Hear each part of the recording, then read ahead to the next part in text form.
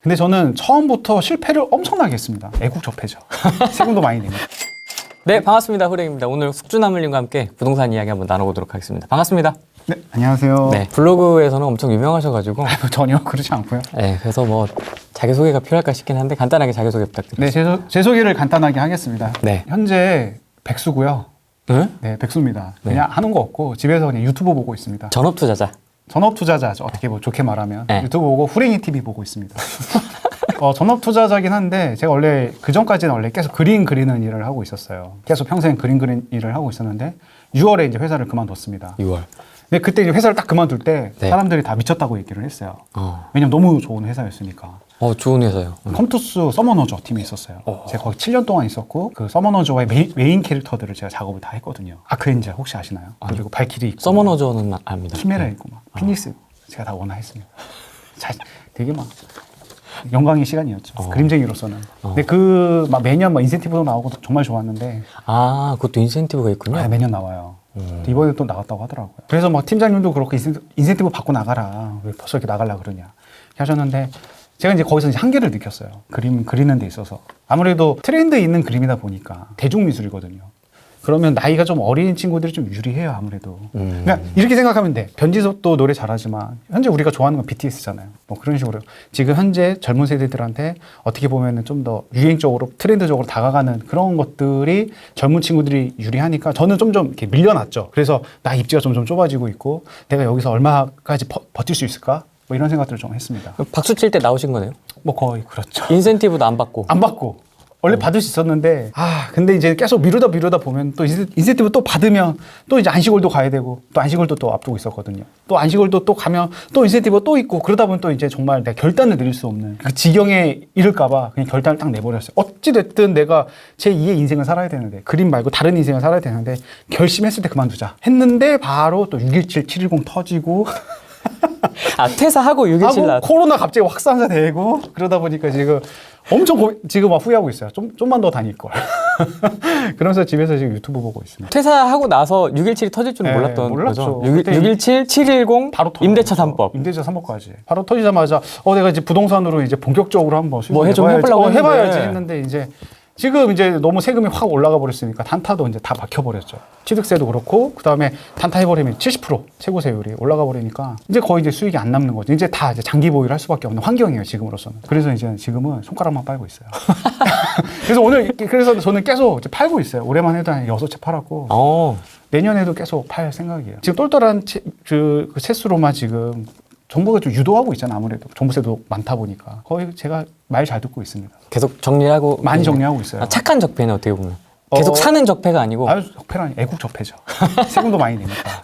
착한 적폐, 네, 애국적폐. 애국적폐죠. 투자를 어떻게 좀 해오셨는지가 궁금해요. 원래는 처음에 저는 지방 아파트부터 했거든요. 근데 저는 처음부터 실패를 엄청나게 했습니다. 지방 아파트인데도 2015년부터 시작을 했는데 그때 수도권이 너무 좋았잖아요. 근데 저는 바보같이 지방부터 시작을 한 거예요. 수도권 했으면 좋았는데. 그러니까 나 수도권 한 채 살 때 나 지방 10채 사겠다. 그런 마인드로. 뭐 그것도 나쁘진 않죠. 근데 하필이면 그때 지방이 하락장 사이클이었어요. 고점을 찍고 하락하는 시점에 제가 들어간 거죠. 고점을 잡은 거예요, 한마디로. 그래서 그때 막 들어갔는데 그때 한 4채, 5채 한 번에 막 하락을 하기 시작을 했습니다. 한 번에 다. 그때 제가 이제 그때 유행했잖아요. 월세 받는 거. 네.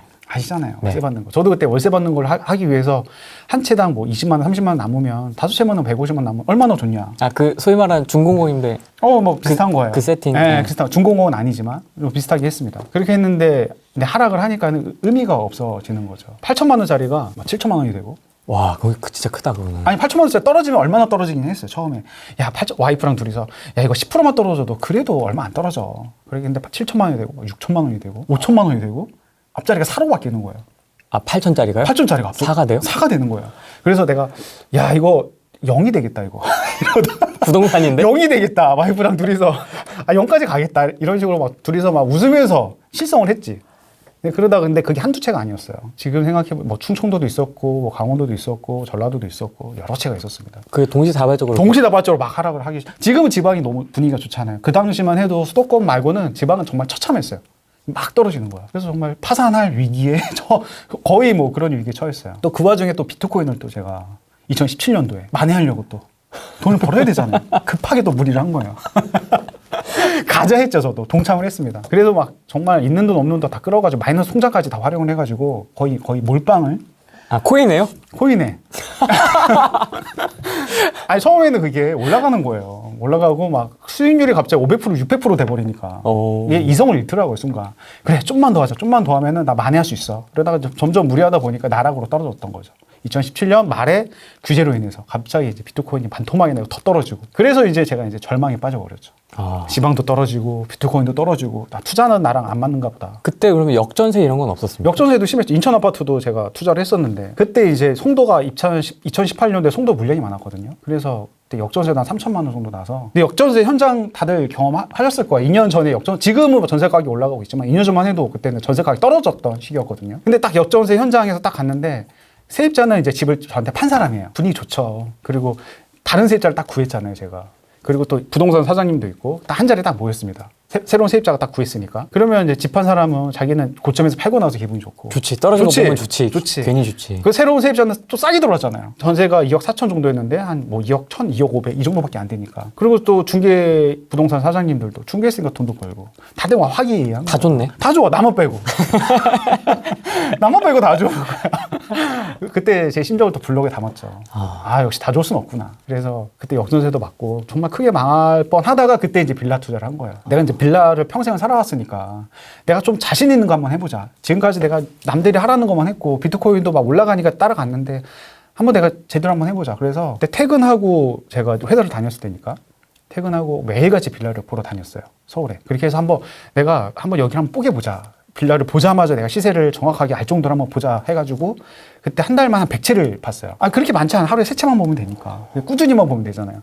하루에 3채씩, 4채씩 보니까 한 100채를 딱 채우니까 이게 부동산 사장님이랑 자연스럽게 이제 얘기가 되는 거죠. 자연스럽게. 사장님 여기는 매매 전세 얼마 정도 될 것 같아요. 뭐 이런 식으로. 그러다 보니까 이제 빌라로 좀 수익을 좀 많이 됐어요. 그렇게 해서 단기간에 한 2억 정도 벌고. 와. 단기간에 한 1년 만에 한 2억 정도 벌고 그 돈으로 아파트 투자를 했죠. 빌라가 그렇게 매수가 잘 됩니까? 단타도 했고 워낙에 싸게 샀으니까. 빌라 같은 경우는 가격을 싸게 사면은 일단은 안전마진은 확보가 돼버리니까. 경매로요? 아니면 경매도 했고 일반 매매도 했고. 일반 매매로도 금매를 잡는다고. 그리고 여러분들이 모르시겠지만 빌라는 거의 10년 동안 안 올랐어요. 아시잖아요. 그리고 빌라는 막 안 오른다 하는 게 10년 동안 안 올랐기 때문에 그게 우리 몸에 좀 내재가 됐죠. 얘는 안 오른다라고. 아파트는 계속 올랐는데 빌라는 안 올랐거든요. 그래서 빌라 같은 경우는 좀 싸게 사기가 좀 수월해요. 팔고 싶은 사람들이 많으니까. 그다음에 그거를 수리도 하고 좀 잘 꾸며가지고 팔면 또 수익을 또 낼 수도 있었고. 그래서 단기간에 좀 수익을 좀 냈습니다. 그래서 그 돈으로 가지고 아파트 투자를 또 본격적으로 했어요. 그때 이제 지방하고 빌라하고 이제 다시 아파트 투자를 다시 했죠. 아파트. 이제 만회하려고 이제. 나 이제 돈 모았다. 나 이제 그 또 빌라 투자하면서 또 강의를 또 많이 들어서 공부를 다시 했어요. 예전에도 뭐 공부를 하긴 했는데 내가 뭘 잘못했는지 그때 너무 이제 궁금한 거예요. 그래서 아내랑 둘이서 우리 한번 제대로 한번 공부를 해보자 해서 그때 강의비만 1,000만 원 정도 썼을 것 같아요. 1년, 2년 만에. 그래서 이제 모든 것들을 다 이제 들으면서 우리가 뭘 잘못했는지 좀 이렇게 후회도 많이 하고 절지부심하고 그렇게 해서 이제 서울 아파트 2018년도에 투자하고 수도권도 투자하고 그렇게 해서 이제 자산을 좀 늘렸죠. 근데 운 좋게도 그것들이 좀 많이 올랐습니다. 부천 가가지고 한 번에 4채 사고 막 그랬어요. 4채 사고 그 다음에 삼본도 사고 광명 입주권도 사고 뭐 지방 광명. 네. 오. 그리고 또 지방 아파트도 흐름이 좋았잖아요. 최근에 또 2채도 사고 그렇게 해서 최근에 조금 만회를 넘어서 이제는 이제 수익 자산이 이제 되게 많이 이제 불어났죠. 운 좋게도 이번 상승장이 좀 올라타가지고 되게 롤러코스터 좀 망할 뻔하다가 그러네요. 한 번에 또 이게 파도가 치니까 또 한 번에 또 올라가고. 역시 인생은 파도. 인생은 어떻게 될지 몰라. 그렇죠. 기세 있을 때 그냥 올라가야 되는 거죠. 아니 근데 어떻게 그렇게 한 지역에 4개, 3개 이렇게 살 정도의 확신이 있었죠. 아무래도. 확신이 있었죠. 있으세요? 그런 확신을 가지려면 어떻게 해야 됩니까? 이게 왜 그러냐면은 이게 전체적인 흐름이라는 게 있잖아요. 이게 경부 라인부터 이제 올라가잖아요. 어떻게 보면 강남에 빵 하고 올라가면 그다음에 분당 가고 용인 가고 그다음에 수원 가 빨간 선. 그쵸. 쭉쭉쭉 올라가다 그때 수원은 많이 안 올랐고 용인 가고 그다음에 이제 평촌이 이제 갔어요. 분당 가면 이제 평촌이 거의 가거든요. 같이 아무래도 분당이 좀 좋긴 하지만 그래도 평촌은 따라가는 입장이에요. 아무래도 같은 뭐 학군 지역이다 보니까. 근데 평촌 가면은 당연히 이제 3번도 따라갑니다. 같이 동생이니까 같은 생활권이고. 근데 3번이랑 또 부천이랑 같은 일기신 도시예요. 평당가도 비슷하고. 그러면 어떻게 보면 3번만 가면은 또 부천이 상대적으로 또 저평가가 돼요. 같이 갔는데 항상 역사적으로 같이 갔는데 그래서 부천 가야겠다. 3번이 올랐으니까. 3번이 먼저 가죠, 항상? 3번이 항상 먼저 가요. 부천 가야겠다 해서 이제 부천을 가가지고 임장을 돌았는데 이제 그때부터 이제 난리가 됐던 거죠. 알잖아요. 그 상승장 초기에 그 모습들 있잖아요. 막 부동산 사장님이 우리 막 하대하고 질문해도 받아주지도 않고 막 사장님한테 사장님 이거 혹시 이거 내고 돼요? 해도 그냥 뭐 콧방귀 끼고 그냥 야, 딴 사람 많아 막 이런 거 있잖아요. 아직은 물건은 많았어요. 근데 막 전화가 오고 막 그 상승장 초기의 그 분위기. 그래서 이제 바로 안 되겠다. 한 채만 사면 안 되겠다. 그렇게 해가지고 근데 제 거만 산 게 아니고 저는 이제 두 채 사고 천안 거랑 이제 저희 이제 누나 거 사줬죠. 그렇게 해서 한 번에 또 사고 또 부천이 또 막 올라가니 또 광명이 또 싸 보였던 거죠. 그래서 광명도 인정하니까 광명도 상급지인데 또 광명을 또 계속 눈여겨 봤었어요. 예전부터 너무 이사가 가고 싶었던 곳이 왜냐면 제가 또 가산에 회사가 있다 보니까 광명이 바로 옆에 있잖아요. 아, 너무 가고 싶었던 자주 곳이에요. 보셨겠네요. 그렇죠.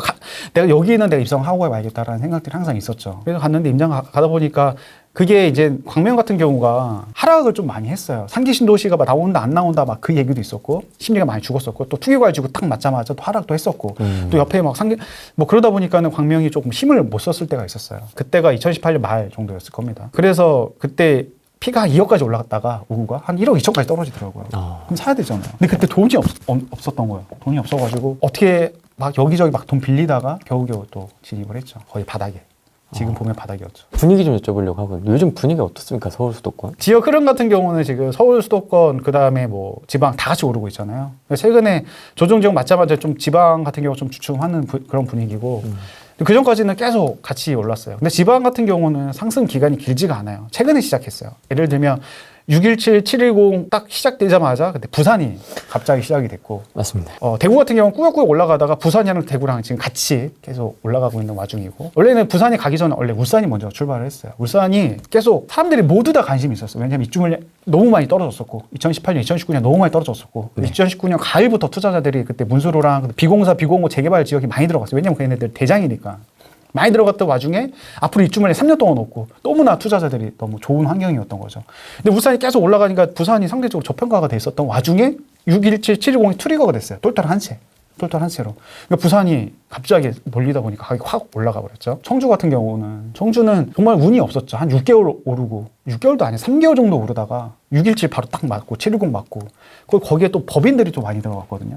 그러면 선선선 진입으로 나중에 좋아질 지역이니까 대전, 세종 올랐고 청주 같은 경우는 안 올랐으니까 나중에 입주물량 당장 있지만 앞으로 없으니까 또 가격도 싸고 많이 법인으로 많이 들어갔는데 법인 초토화 돼버리니까 팔고 나올 수밖에 없었던 거야 청주는 그래서 가격이 다른 데 막 올라갈 때 청주만 계속 못 올라갔었고 그러다 보니까 이제 청주 같은 경우는 최근에 또 올라가고 있죠. 저평가는 어쩔 수 없어요. 시장은 균형을 찾아가기 마련이에요. 결국엔 규제 지역 맞고 그런 변수들이 있겠지만 결국에는 그냥 제자리 찾아가는 것 같습니다. 지금도 뭐 청주는 너무 싸잖아요. 뭐 대전, 세종 뭐 12억, 13억인데 아직도 지금 대장이 아직 7억대니까.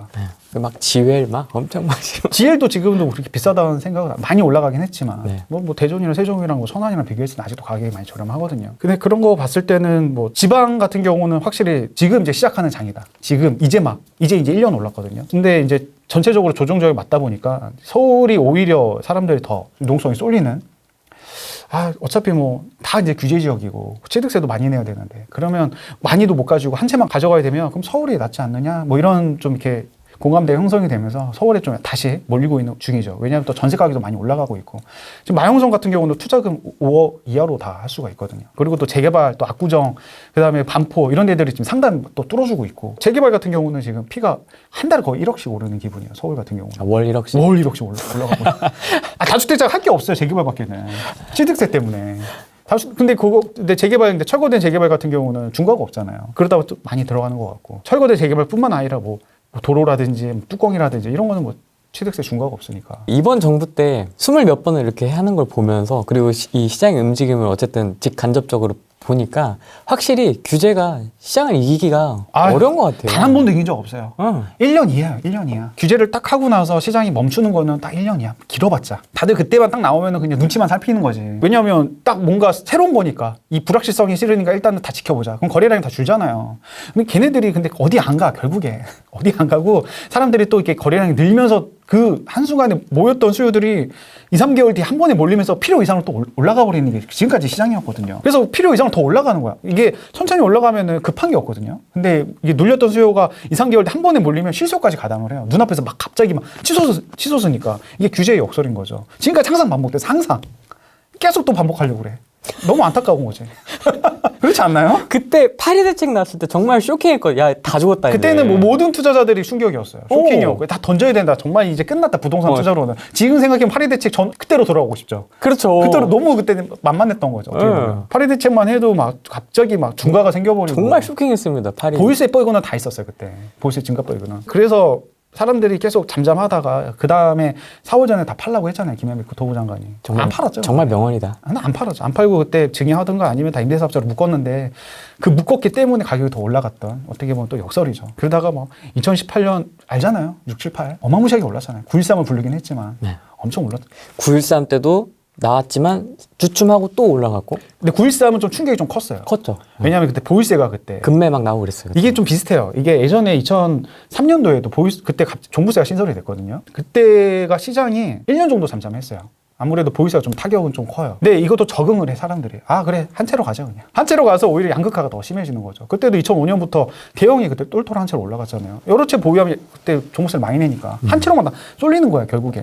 이게 빨대효과야. 이게 오히려 보유세를 올리면 올릴수록 사람들은 가만히 있지 않아. 가만히 있지 않아 절대. 이걸 가지고 어떻게 해서든지 내 돈을 벌려는 그런 욕구들은 절대 막을 수 없어요. 그러면 여기서 이 상황에서 내 최선을 다하려고 하면 그래 한 채로만 가야겠다. 더 양극화 벌어질 수밖에 없죠. 그때도 그래서 똘똘 한 채 대형만 미친 듯이 막 버블세부 지역이 왜 나왔겠어요. 한 채만 올라가는 그런 상황이었죠. 지금도 똑같잖아요. 한 채만 올라가고 있잖아요. 양극화만 더 벌어지고 있고. 공공임대주택. 이거 어떻게 좀 보세요? 공공임대를 확대하겠다 지금 그러고 있거든요. 지금 이거 좀 잘못 지금 좀 핀트가 나간 것 같아요. 핀트가. 이게 왜냐하면 지금 전세가 날리니까 어떻게 해서든지 해결하려고 지금 이러는 거잖아요. 전세가 너무 올라가니까 할 거 없고 막 가만히 있자니까 뭐 욕먹고 그래 이거라도 하자 뭐 이런 느낌인 것 같아요. 뭐 예전부터 그런 기조이긴 했지만 근데 이제 지금 정부를 믿고 기다려온 사람들이 있어요. 무주택자들. 집값을 얼마 전에 그 김강규도 집값 잡아달라고 하잖아요. 이번 정부만 믿었는데 계속 집값이 올라가니까 망연자실 해가지고 집값 좀 잡아달라. 지금 무주택자도 그런 분들이 굉장히 많거든요. 지금 현재 가격 인정 못하고 3년 전 가격 그 가격만 보고 지금 가격이 하락할 거라만 믿고 지금 운동하시는 분들이 있어요. 단체 행동 하시는 분들이 있어요. 근데 그분들이 지금 이것들 공공임대 그다음에 뭐 보면 마음이 어떻겠어요. 그분들은 내 집장만 하고 싶은데 내 미래가 13평, 14평에 있는 그런 임대주택에 내가 들어가야 되는 건가? 당황스럽지. 그러면은 이게 어떻게 되냐면 내 미래가 저건가? 라는 생각이 드는 거죠. 그럼 발이 막 동동 구르는 거야. 큰일 났다. 오히려 매수 심리를 자극할 수가 있어요. 오히려 이런 것들이. 그냥 차라리 그냥 가만 있느니 못한 상황인 거죠. 안타깝지. 공공임대주택을 사람들은 그리고 다 내 집 마련하고 싶지 않나요? 월세 사는 사람 전세 사고 싶고 전세 사는 사람은 내 집 마련하고 싶은 게 단계별로 있는 건데 공공임대주택 같은 경우는 평생 거기서 살고 싶은 사람도 없고 또 소득 수준이 또 넘어가는 순간에 거기서 나와야 되는 또 이게 참 모르겠습니다. 공공임대주택 필요하다고 하는데 저는 그렇게 좋아하진 않아요. 개인적으로는. 그 사람의 자산 증식에는 전혀 도움이 안 돼요. 하등에 도움도 안 돼요. 뭐 주택 공급도 뭐 늘린다고 하는데 공공임대 상계신도시 같은 경우는 당황스럽잖아요. 토지 임대부 환매 조건부 나오고 있고. 임대주택이야 사실. 말이 토지 임대 환매 조건부인데 국가에다가 월세 주고 나중에 팔 때 LH에 파는 거잖아요. 결국에. 네. 차익 하나도 없습니다. 그거. 임대주택이랑 뭐가 달라요? 분양 같은 경우는 역세권도 아니고 다 외곽에 짓고 물량도 많지도 않고 기다리면 진짜 큰일 날 수도 있어요. 이거 기다리다가 이거 믿고 기다리다 언제 입주할지도 모르는데 이기신도시 같은 경우도 지금 검단이랑 지금 양주도 지금 아직도 입주를 다 못했잖아요. 지금. 그렇죠. 네, 맞아요. 12년 13년 걸렸는데 이거 지금 언제 입주하냐 이거죠. 35살에 청약을 해서 50살에 들어갈 수 있어요. 50살에. 아 진짜로 그래요. 60살에 지하철 뚫릴 수 있어요. 이미 은퇴했는데 그럴 수 있어요. 최악의 경우도 생각을 해봐야죠. 좀 많이 늦어요. 상계신도시 맞아요. 이거를 마냥 믿고 기다리고 내 모든 가족의 그런 미래를 여기에다가 어떻게 보면 올인이거든요. 이게 너무 로또 청약 이렇게 비판이 많으니까 그래 로또를 아예 없애버릴게 뭐 이런 취지인 것 같아요. 모르겠습니다. 이게 주택으로 이게 돈을 버는 게 왜 나쁜 건지도 모르겠고 네. 이게 선제적인 투자가 있어야지 그 뒤따라오는 후속 투자가 있어서 전체적인 인프라가 조정이 되는 건데 선제적인 투자 자체를 없애버리면 그 뒤에 후속 투자도 들어올 수가 없거든요. 낙후될 수밖에 없고 그게 사회적으로 도시적으로 어떤 이득이 있는지는 저는 잘 모르겠습니다. 집은 바이가 아니다. 그쵸. 리브다. 그렇죠. 그런 얘기를 이 개념에 이제 그렇죠. 포인트가 꽂혀 있는 것 같아요. 헨리 조지에서 좀 벗어나야 될 것 같아요. 거기 뭐 친몽자들이라고 알고 있거든요. 철저히 환수해야 된다 그러잖아요. 토지는 개인 게 아니라 이건 네. 국가 거다. 그렇게 해서 잘 된 나라가 어디 있는지 모르겠습니다. 그 어떤 나라도 잘 된 나라가 없는데. 그렇죠. 네, 그 어떤 나라도 잘 된 나라가 없는데 왜 우리 여기서 왜 베타 테스트를 하려고 하는지.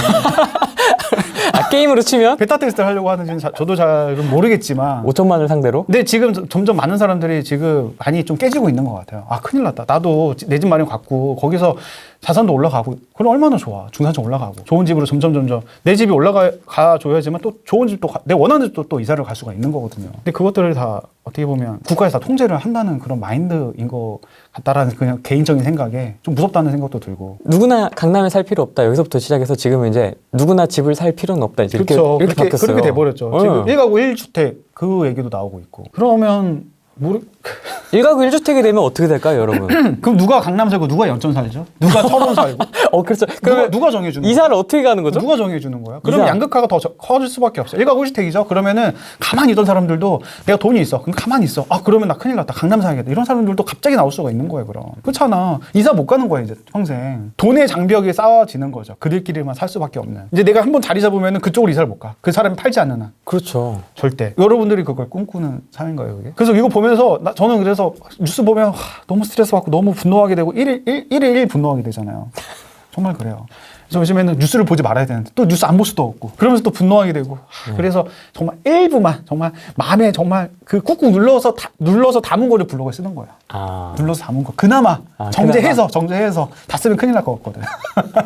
다 쓰면 그래서 정제해서 쓰는 거죠. 창기 신도시가 뭐 내년 하반기부터 사전 청약을 한다고 하잖아요. 이게 어느 정도는 수요를 좀 잠재울 수 있는 것도 있을 것 같습니다. 아무래도 지금 내가 당장 안 사고 사전 청약을 해서 저걸 잡아야지 하시는 분들이 있는데 토지 임대부랑 그다음에 환매 조건부는 많은 사람들이 모르는 것 같아요. 이 내용에 대해서. 그리고 그나마 나은 게 지분 적립형인데 지분 적립형도 실상을 따져보면은 한 지역에서 그 최대한 10년을 살아야 되거든요. 그러면 할부죠, 할부.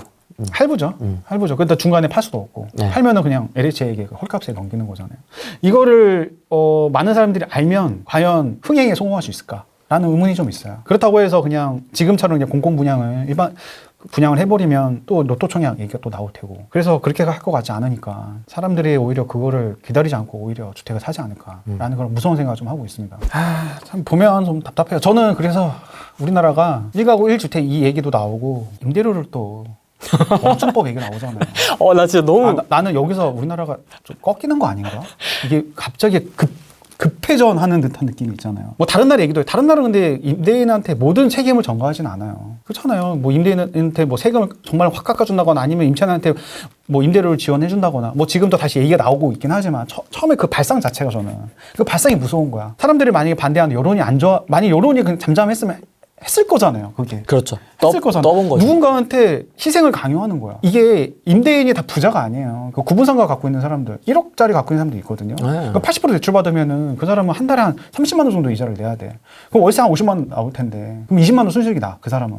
그러면 20만 원 순수익을 받기 위해서 계속 그 사람은 수선도 해야 되고 뭐도 해야 되고 막 해야 되는데 그러면 갑자기 임대료를 못 받는 순간에 그 사람은 30만 원 계속 적자를 보는 거야. 이게 뭐야, 이게. 그 임대료 멈춤법에 저도 그래서 이게 뭐 도대체 뭔가 이제 해서 내가 이거 제대로 보고 있는 게 맞나? 이게? 뭐 이런 생각이 들었죠. 그래서 그 멈춤이 그러면 3개월 멈춘다 그러면 3개월 있다가 그러면 그 밀린 3개월치를 다 내는 건지 유예를 해주는 건지 3개월을 면제를 해주는 건지 아직은 뭐 모르죠. 아직은 몰라요. 아직은 모르죠. 아직 모르겠는데 아니 그러면 다 멈춰줘야지. 세금도 멈춰주고. 그렇게 되면 공급 자체가 줄어들지. 누가 그럼 상가를 임대료를 해요? 오히려 상가가 임대료가 폭등할 수 있는 여지밖에 안 만들어주는 거예요. 이거는 당연한 거 아닌가요? 상식적으로. 근데 이렇게 얘기를 하면 이게 적폐가 돼버리고 들어주지도 않고 오히려 이런 사회가 된 게 너무 좀 슬프죠. 안 할 가능성이 높은 게 이거는 임차인 쪽 여론도 안 좋더라고요. 다행이죠, 그나마. 네, 임대인들이 무슨 봉이냐 이러면서 걔네들도 사람이고 세금 내고 이자 내야 되는데. 근데 아니요, 임차인들은 좀 반기는 분들도 많아요. 그렇습니까? 그럼요. 손해 보는 게 없잖아요. 당장은. 우리는 다 근시안적이잖아요. 당장 뭔가 주어지면 거기 반길 수밖에 없어요. 우리는 어쩔 수 없어. 그 상가가 경매로 나가면 어떡하려고. 명도 대상인데 권리금도 못 받고 그런 거 생각 안 하는 거지.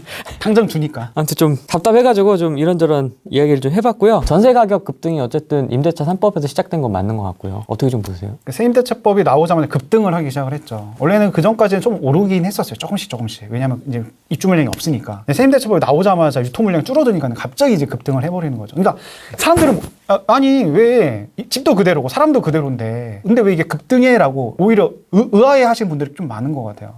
이게 쉽게 설명을 하면 이런 거야. 은행에 사람들이 이제는 뭐 상담해 주시는 분들, 은행 직원이 상담을 해주시잖아요. 그다음에 은행 업무를 보기 위해서 사람들이 계속 꾸준히 들어오는데 뭐 한 사람당 5분 정도 상담을 한다고 해봐요. 근데 갑자기 뭐 10분으로 한다고 그래. 한 사람당 상담을. 법 제어했어. 5분은 너무 적은 것 같으니까 한 10분 정도 해. 그럼 뒤에 있는 사람은 어떻게 하겠어? 계속 사람이 밀릴 거 아니야. 난리가 나겠지. 그러면은 이거를 해결하려고 하면 5분으로 다시 줄이든가 아니면은 은행 직원을 늘리든가 공급이죠. 이렇게 하면 해결이 되는 거야. 근데 지금 그 아무것도 하려고 하지 않죠. 아니면 또 이렇게 생각하면 돼. 1차선 도로가 있어. 앞에 있는데 차가 있어. 근데 차가 야 우리 차 쌩쌩 달리 위험하니까 그냥 우리 한 30km로 줄이자. 그럼 사고 안 나잖아. 좋잖아. 근데 1차선에 차가 30km에서 안 달려. 그 뒷차들이 난리가 나겠지. 빵빵해도 그 차는 못 가. 이걸 해결하려고 하면 차선을 늘리든가 아니 속도를 빨리 가게 하면 돼. 그렇잖아요. 이게 이제 임대차 3법이에요. 똑같은 거야. 그래서 지금 같은 경우는 세임대차법 없애거나 아니 공급을 하면 돼. 근데 공급을 못 하니까 세임대차법이라도 지금 없애야 되겠죠. 아무래도. 그럼 그나마 그래도 급등은 안 하겠지만 그래도 올라가긴 할 거예요. 왜냐면 입주 물량이 없으니까. 입주 물량이 지금 서울 같은 경우는 내년에 더 심각하죠. 지방도 내년에 초토화돼요. 정말 없어요. 이게 좀 무섭죠. 그래서. 뻔히 보이는 시장인 거죠. 그러니까 입주 물량이 없으면은 뭐 무조건 매매가 올라가는 건 아니지만 전세 가격은 거의 확정적으로 올라간다고 보시면 돼요. 입주 물량이 없으면. 그래서 내년에는 전세 가격이 올라가면서 매매 가격을 충분히 자극할 수가 있지. 아, 전세가가. 전세가가. 그러면 무주택자 같은 경우는 갭 투자도 할 수가 있어요. 무주택자가 취득세 1%잖아요. 그럼 서울 같은 경우는 지금도 2, 3억대로 서울 아파트 투자할 곳이 많거든요. 그러면은 참다 못해서 투자할 수도 있는 거죠. 무주택자가. 그러면 실수요장으로 인해서 더 많이 오르는. 정말 무섭죠. 그 다음에 이게 내년 되면은 1기 신도시 같은 경우는 대부분 다 30년을 채우거든요. 너도 나도 다 리모델링이든 재개발이든 한다고 하면 또 심리도 자극할 수가 있고 참 21년에 모든 것들이 다 맞물려 있는 것 같습니다. 이런 얘기들을 해요. 지방의 상승 같은 경우는 전 우연들이 모아서 필연이 만들어졌다고 얘기를 하거든요. 우연은 뭐냐면 2015년부터 계속 하락하면서 가격의 메리트가 생겼죠. 하락하니까 또 입주 물량이 없었어요. 공급을 안 해. 계속 하락하니까. 그래서 공급도 없고 가격적인 메리트도 있고. 근데 서울이 너무 많이 올랐으니까 가격적인 어떻게 보면 상대 저평가도 있고. 그러다 보니까 당연히 가격이 사람들이 소위 그리고 또 저금리고. 이런 우연들이 계속 모이다 보니까는 갑자기 지방 같은 경우 하루아침에 1억씩 2억씩 올라가는 시장. 근데 지금 지방이 뭐 너무 많이 올랐다고 하지만 지방도 막 4, 5년씩 올라요. 한번 상승세 타면. 소도시 같은 경우도 무섭게 오릅니다. 한번 올라가기 시작을 하면. 서울은 뭐 지금 뭐 6년, 7년 지금 7년째 올라가고 있다고 하지만 예전에 뭐 서울 같은 경우는 IMF 이후로 한 10년 정도 올라갔잖아요. 이게 내려가는 것도 막기 힘들지만 올라가는 것도 막기 힘들어요. 방향전환하는 게 쉽지가 않습니다. 지금 세금 규제는 더 강화될 것 같습니다. 왜냐하면 사회 양극화가 심해지면 갈등이 생길 수밖에 없잖아요. 세금으로 다 환수하려는 그런 움직임들은 이거는 뭐 계속 유지가 될 것 같아요. 자산 양극화 때문에 지금 모든 인플레이션 하기 위해서 돈을 푸는 건데 인플레이션은 자산 인플레이션만 생겨버리니까 그거라도 이제 환수를 해가지고 재정 정책을 해야 되잖아요. 그래서 세금은 웬만해서는 풀어줄 것 같지 않습니다. 현재로서는. 그 1억 이하도 이제 좀 손을 대지 않을까 1억 이하 지금 보여요. 문제 제기를 많이 해요. 많은 투자자들이 현재 이제 경고들을 하잖아요. 왜냐하면 조정적 되고 투기과열 돼버리면 1억 이하는 지금 저층 주공 아파트를 많이 들어가거든요. 아시잖아요. 네. 근데 저층 주공뿐만 아니라 지금 저층 아니어도 들어가. 1억 이하 그냥 막 들어가 그냥. 아니죠. 그냥 막 들어가. 그냥 1억 이하만. 왜냐하면 투자할 곳이 없으니까. 돈들을 많이 투자할 곳이 없으니까. 예전에는 중공업 임대사업자. 네. 중공업 임대사업자가 있어가지고 그분들이 좀 낡은 아파트들을 열심히 고쳐가지고 네. 수익은 많이 안 나. 10만 원, 20만 원밖에 안 나요. 그럼에도 불구하고 뭐 이게 10채, 20채가 되면 100만 2, 원. 30개 깔아놓는 거지. 하나 놓으면 한 채당 500만 원씩 올라줘도. 그리고 그게 월세가 10만 원이니까 하나 순수익이 남는 게 한 채당 10만 원이면 10채면은 100만 원, 20채면은 200만 원이잖아요. 많은 것들을 바라지 않아요. 그분들이 시장에선 필요해. 왜냐면 실수요자 안 사니까. 그런데 지금 중공업 임대사업자 제도를 아예 없애버렸죠. 기금 대출도 안 해주죠. 그분들이 뭐 투자할 게 없어. 투자할 게 없어지고 다 똘똘 한 채로 다 몰려버리니까 손가락만 빨고 있는 거죠. 근데 공시가 1억 딱 그것만 원래는 공시가 1억 예전에도 눈도 이게 쳐다보지도 않았는데 정책으로 인해서 취득세 개만 1%니까 이거라도 해가지고 막 빨대거나 막 그것만 하는 거예요 막. 그래서 막 올라가지 않아야 되게 평소에는 거들떠도 안 봤던 게 막 올라가는 거죠. 근데 저는 이게 무서운 게 뭐냐면 만약에 공시가가 1억이 넘어가는 순간에 후속 투자자에게 넘기기 힘들다는 점. 실소자들은 잘 안 사니까. 근데 만약에 전세 가격이 올라가면 실소자들도 충분히 살 수가 있어요. 막 올라가면. 근데 그게 이제 조금 문제고. 네. 근데 만약에 투기과열지구가 됐을 때가 또 문제예요. 재건축이 될 거라는 그런 확신에 저층 주공이 들어가는 건데 투기과열 지구가 되면 조합 설립인가 이후로는 거래 자체를 못 하니까 조합원 지위 양도 금지에 걸려버리잖아요. 그럼 엑시트 자체가 불가능한 거예요. 그럼 어떡할 거야? 엑시트 자체가 불가능한데. 안고 가는 거죠. 아니 중도금 대출도 안 나와. 현금 다 넣어야 돼. 그렇잖아요. 거기에다 내 돈을 다 계속 넣어야 되는 거예요. 그리고 막 이게 참 그냥 막 등 떠밀려서 투자 안 했으면 좋겠어요. 등 떠밀려서.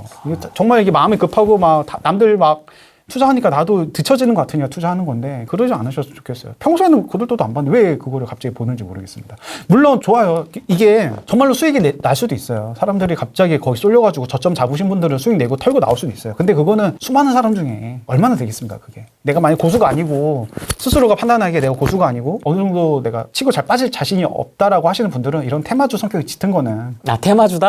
정책에 의해서 아무래도 쏠림 현상이 있는 거니까 정책 변동성으로 인해서 네. 그러면 약간 조금은 좀 조심할 필요성이 있지 않나. 물론 이게 저층이고 나중에 뭐 재건축 이슈가 있고 충분히 이게 쭉 갈 그런 아파트라면 상관이 없지만 그런 게 아니라면 좀 조심할 필요성이 있지 않나 그런 생각을 좀 하고 있습니다. 그러니까 그 투자하는 그 동기부여가 좀 명확하게 있는 투자 사유가 있는 걸 하셔야지. 그렇죠. 싸다, 규제 없다 해서 그렇죠. 가는 거는 좀. 그렇죠. 그거에 초점에 쏠려서 가지만 않으셨으면 좋겠어요. 물론 성공할 수도 있겠지만. 제가 왜 그때 지방 아파트를 했냐면 그냥 월세 받기 위해서 한 거예요. 이게 어떤 가치를 본 것도 아니고 전체 흐름을 본 것도 아니고 그냥 단지 그냥 월세 수익률 하나만 보고 들어갔거든요. 이게 뭐 고점인지 이게 저점인지 이게 흐름이 지금 상승장인지 하락장인지 그런 거 전혀 살필 겨를도 없이 그냥 무작정 들어가다 보니까 꼭지였고 그 문제점을 인식하는 순간부터 하락을 하기 시작을 했으니까 속수무책으로 당했죠. 근데 그 8천만 원짜리가 4천만 원짜리가 될 정도면 중소도시였습니까? 어떻게 그렇게 가격이? 완전 소도시였죠. 사람들 지금 관심 갖더라고요. 저는 근데 손절하고 나왔어요. 왜냐하면 그 많이 팔면서 양도세 절세가 되잖아요. 같이 팔면 묶어서 팔면 묶어서 그렇게 해서 팔았어요. 그렇게 해서 지금 못난이들은 좀 털고 있고 지금 또 분위기 좋을 때 저는 좀 털고 있는 와중이고. 아파텔 이야기 좀 나오네요. 아파텔 좀 어떻게 보십니까? 아파트 인기 좋잖아요 지금. 아파트 같은 경우도 3룸 뭐 이런 거. 아파트 대안으로 좀 사람들이 좀 관심을 갖는 것 같습니다. 아무래도 아파트가 많이 오르고 아파트 같은 경우는 취득세가 4.6%만 내면 되니까 다주택자도 예전에 7월 말 전까지만 해도 그때는 아파트 같은 경우도 취득세 중과주택으로 안 받거든요. 근데 중과주택으로 딱 본 순간에 이제 관심이 꺼지다가 다시 요즘 또 관심을 좀 갖는 것 같더라고요. 이게 그런 것 같아요. 이게 아파트가 오르면 이제 이걸 못 사니까 투자 막 상품 찾다 보니까는 아파트도 관심 갖고 오피스텔도 관심 갖고 뭐 공시가 1억도 관심 갖고 초기 재개발도 관심 갖고 왜냐하면 이제는 내가 가지고 싶으면 못 가지니까 딴 거라도 사야지라고 하는 것 같습니다. 이게 예전에도 똑같아요. 예전에도 상승장 거의 계속 길어지다 보면은 그 주변에 있는 대체지로 많이 좀 시선이 쏠리거든요. 근데 뭐 아파트 같은 경우도 입지가 좋고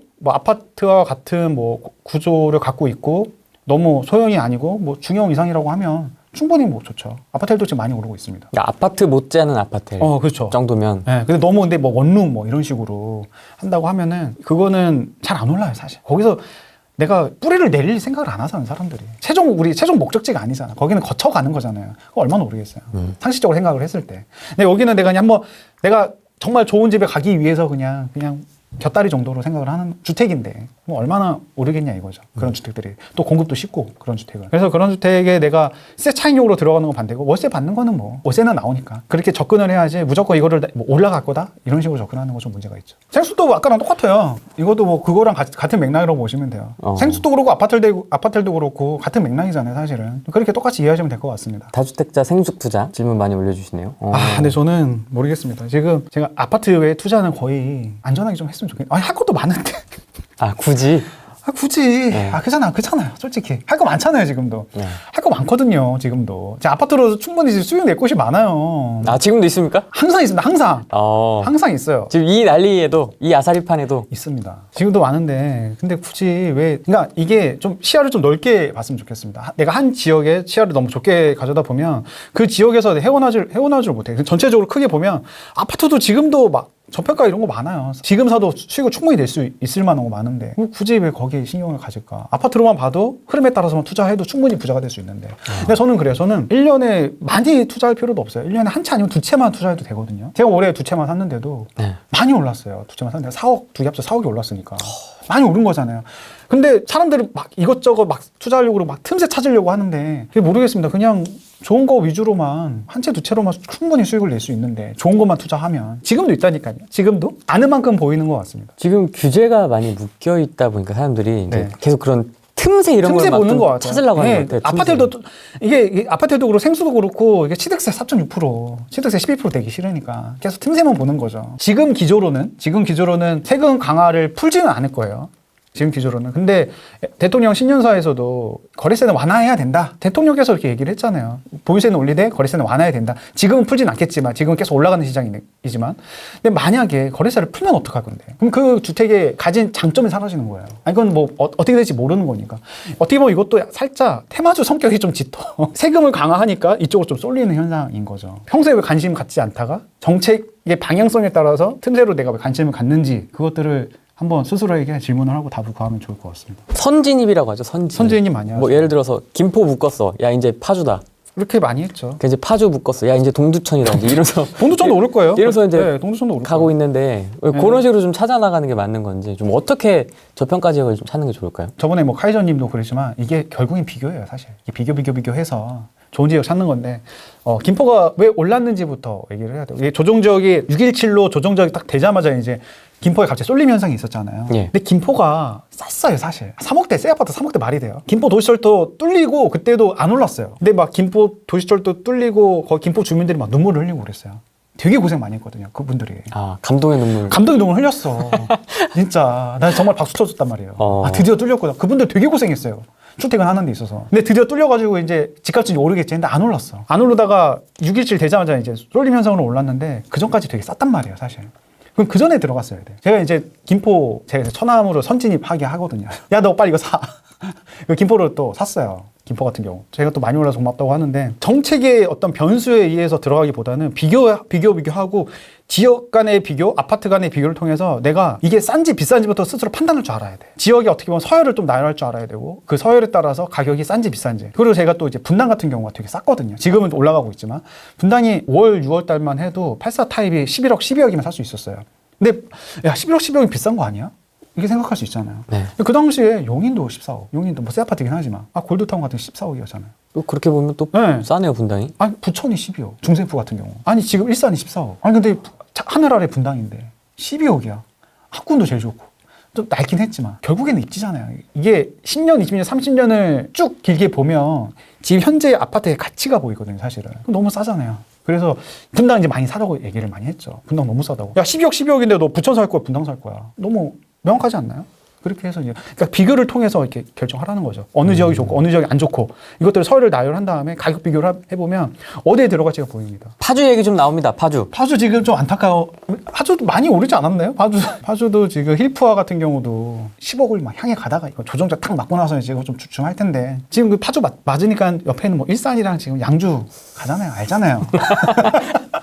양주도 막 하루아침에 호가가 1억 좀 오르더라고요. 양주도 정말 안 올랐어요. 양주가 7년째 안 올랐어. 7년째. 정말 거기도 슬픈 지역이야. 안 오르다가 거기가 괜히 6.27 조정지역 돼가지고 안 올랐죠. 김포파주가 이제 올라가면 이게 이제 양주가 여기 있어. 그러면 김포파주가 떨어지던가 양주가 올라가던가 결국엔 시장은 균형을 찾아가기 마련이에요.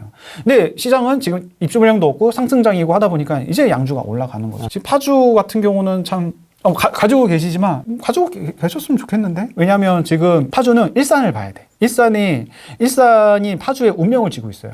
아 그렇습니까? 아 그렇죠. 아무래도 형님이니까. 형님 따라가거든요. 일산 같은 경우는 지금 킨텍스 라인 같은 경우 지금 10억을 향해 막 가고 있단 말이에요. 10억이 우리는 상단이 정해져 있어요. 정부에서 정해줬잖아요. 10억을. 10억까지는 가도 돼. 정해줬잖아요. 알잖아요. 우리.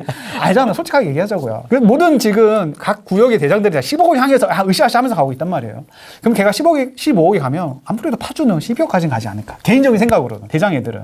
그러면 옆에 있는 검단 같은 경우는 지금 뭐 많이 올랐다고 하지만 지금 7억에서 8억대거든요. 검단이 입지적으로는 파주, 김포보다 좋아요.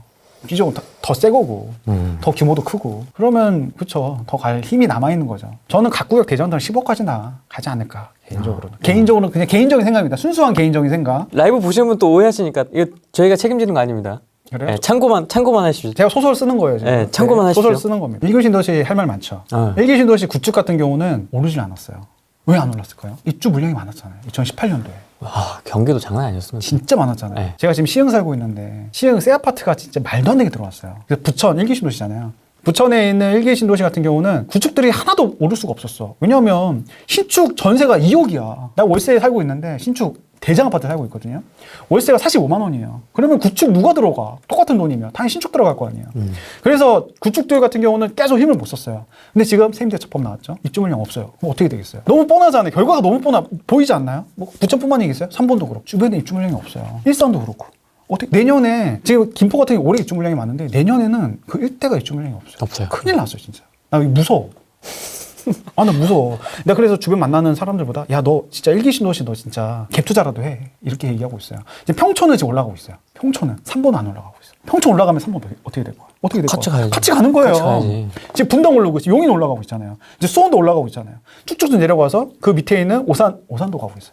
심지어 오산 롯데캐슬 그 산속에 있거든요. 완판이 되더라고. 2대1로 나오더라고. 그냥 주변 입지가 그냥 산이야. 동서남북이 다 산이에요. 아, 그래요? 거기는 막 고라니 나올 때요. 고라니.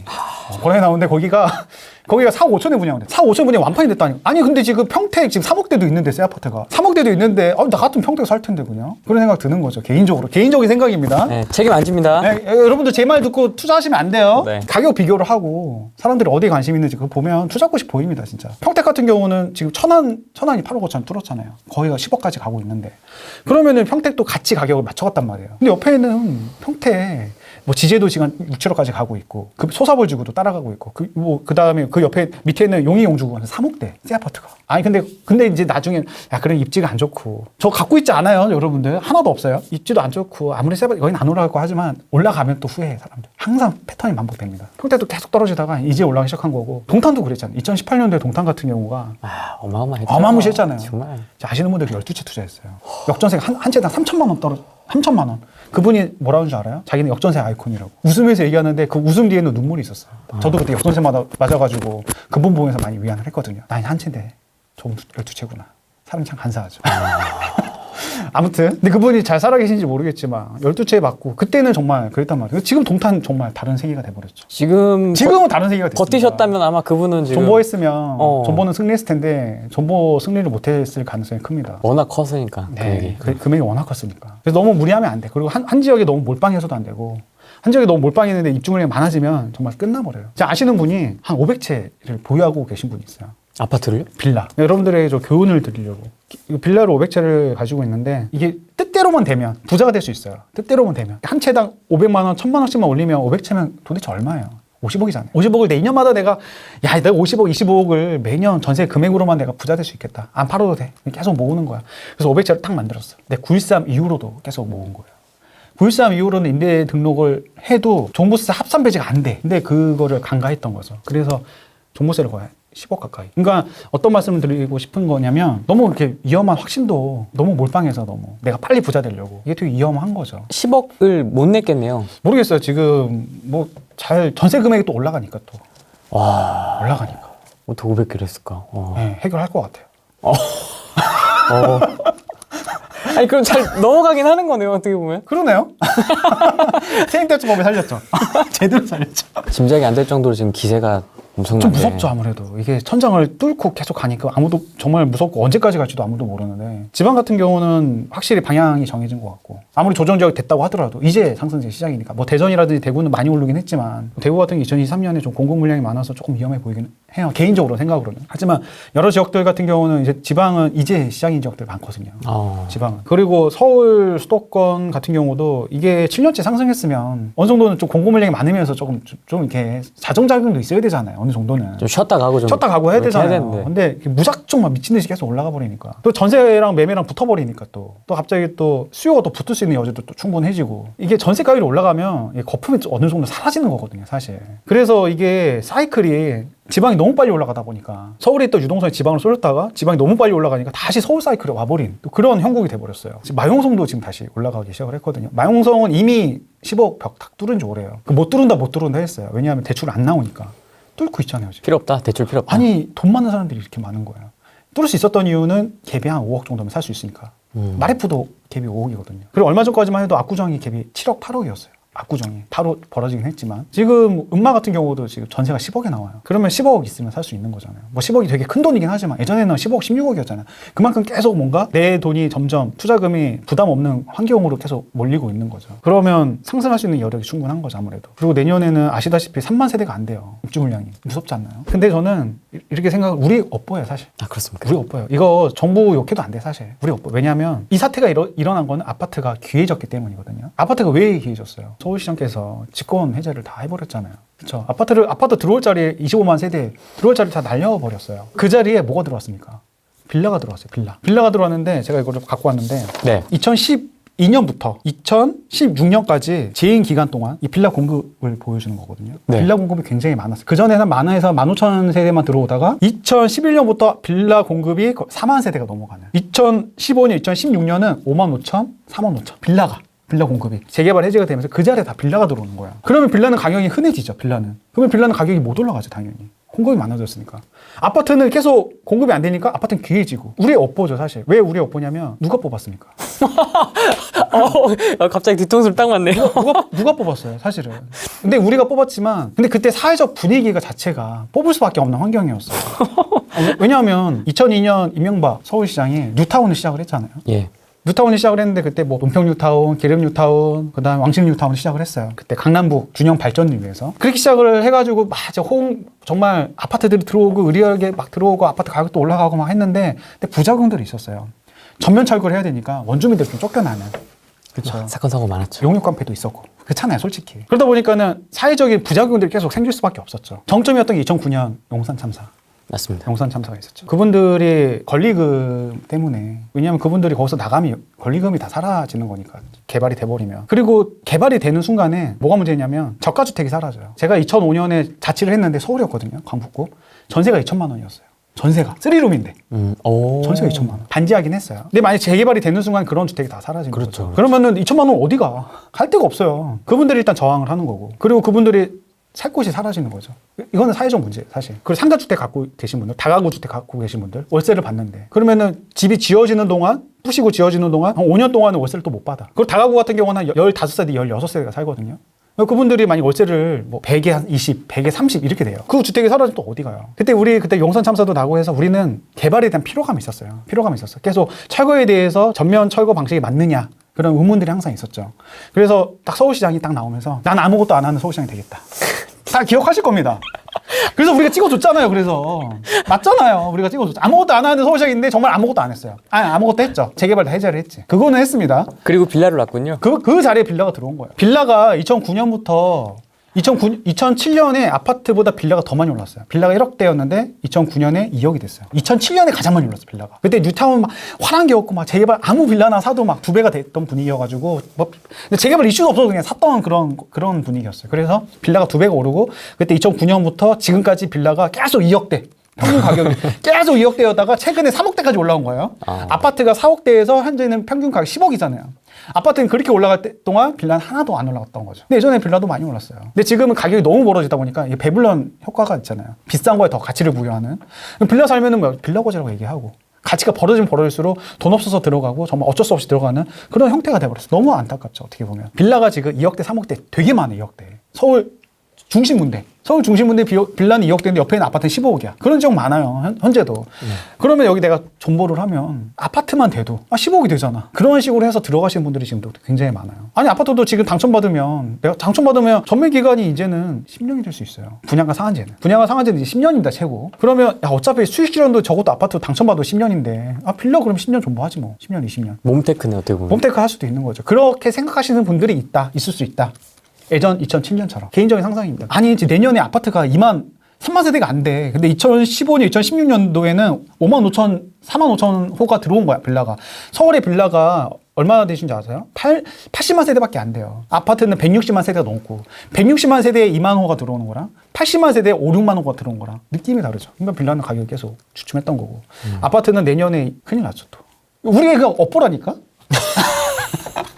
우리 업보예요, 이거. 그러니까 누구 욕하면 안 돼. 다 우리가 잘못한 거예요, 지금. 그래서 지금 떡상하는 거예요. 네. 이 양반 왜 이렇게 빌라를 열심히 지었을까? 참. 그 업보가 지금 우리가 책임을 치르고 있고, 그걸 많이 했잖아요, 지금. 도시재생. 예.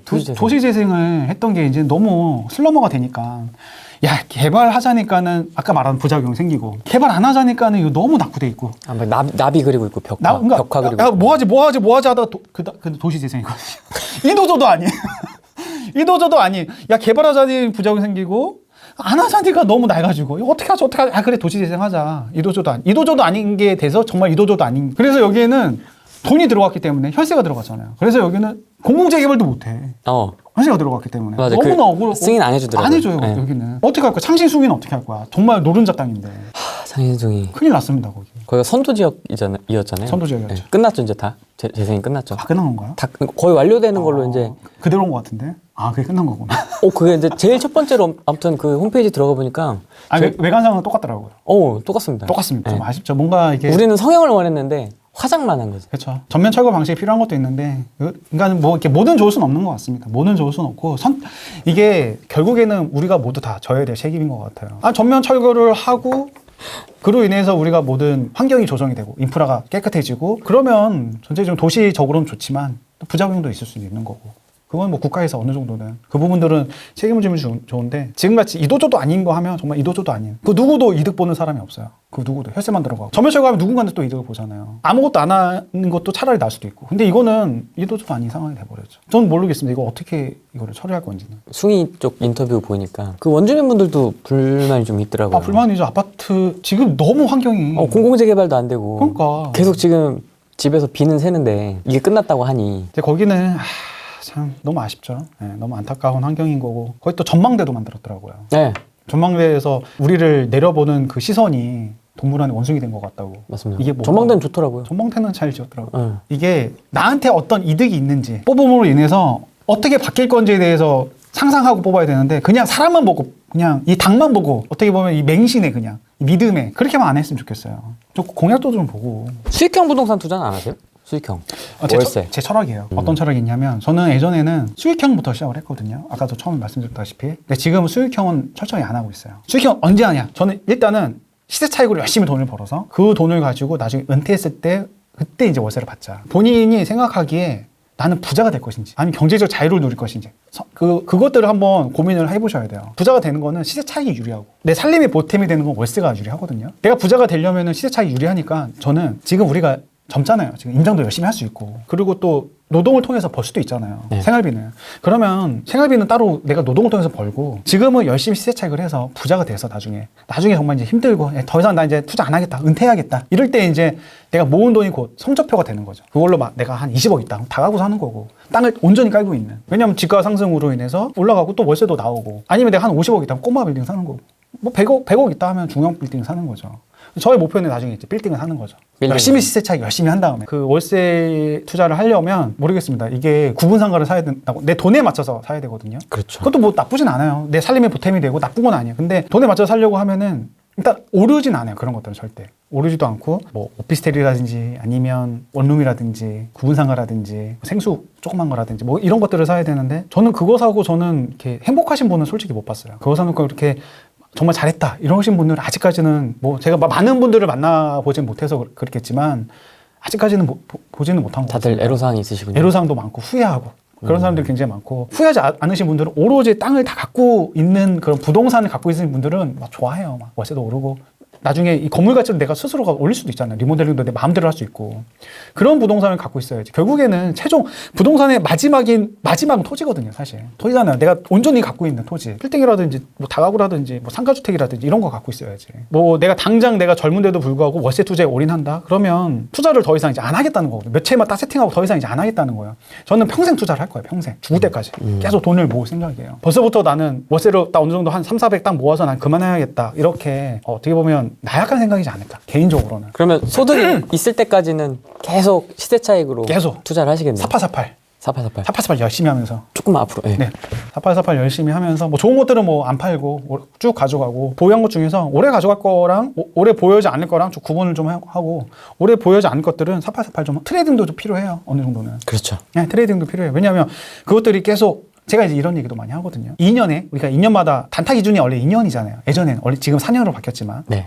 2년마다 수익률을 50%만 올려도 내가 처음에는 1억을 일단 모아. 1억 일단은 내가 열심히 해가지고 뭐 우리 모을 수 있잖아요.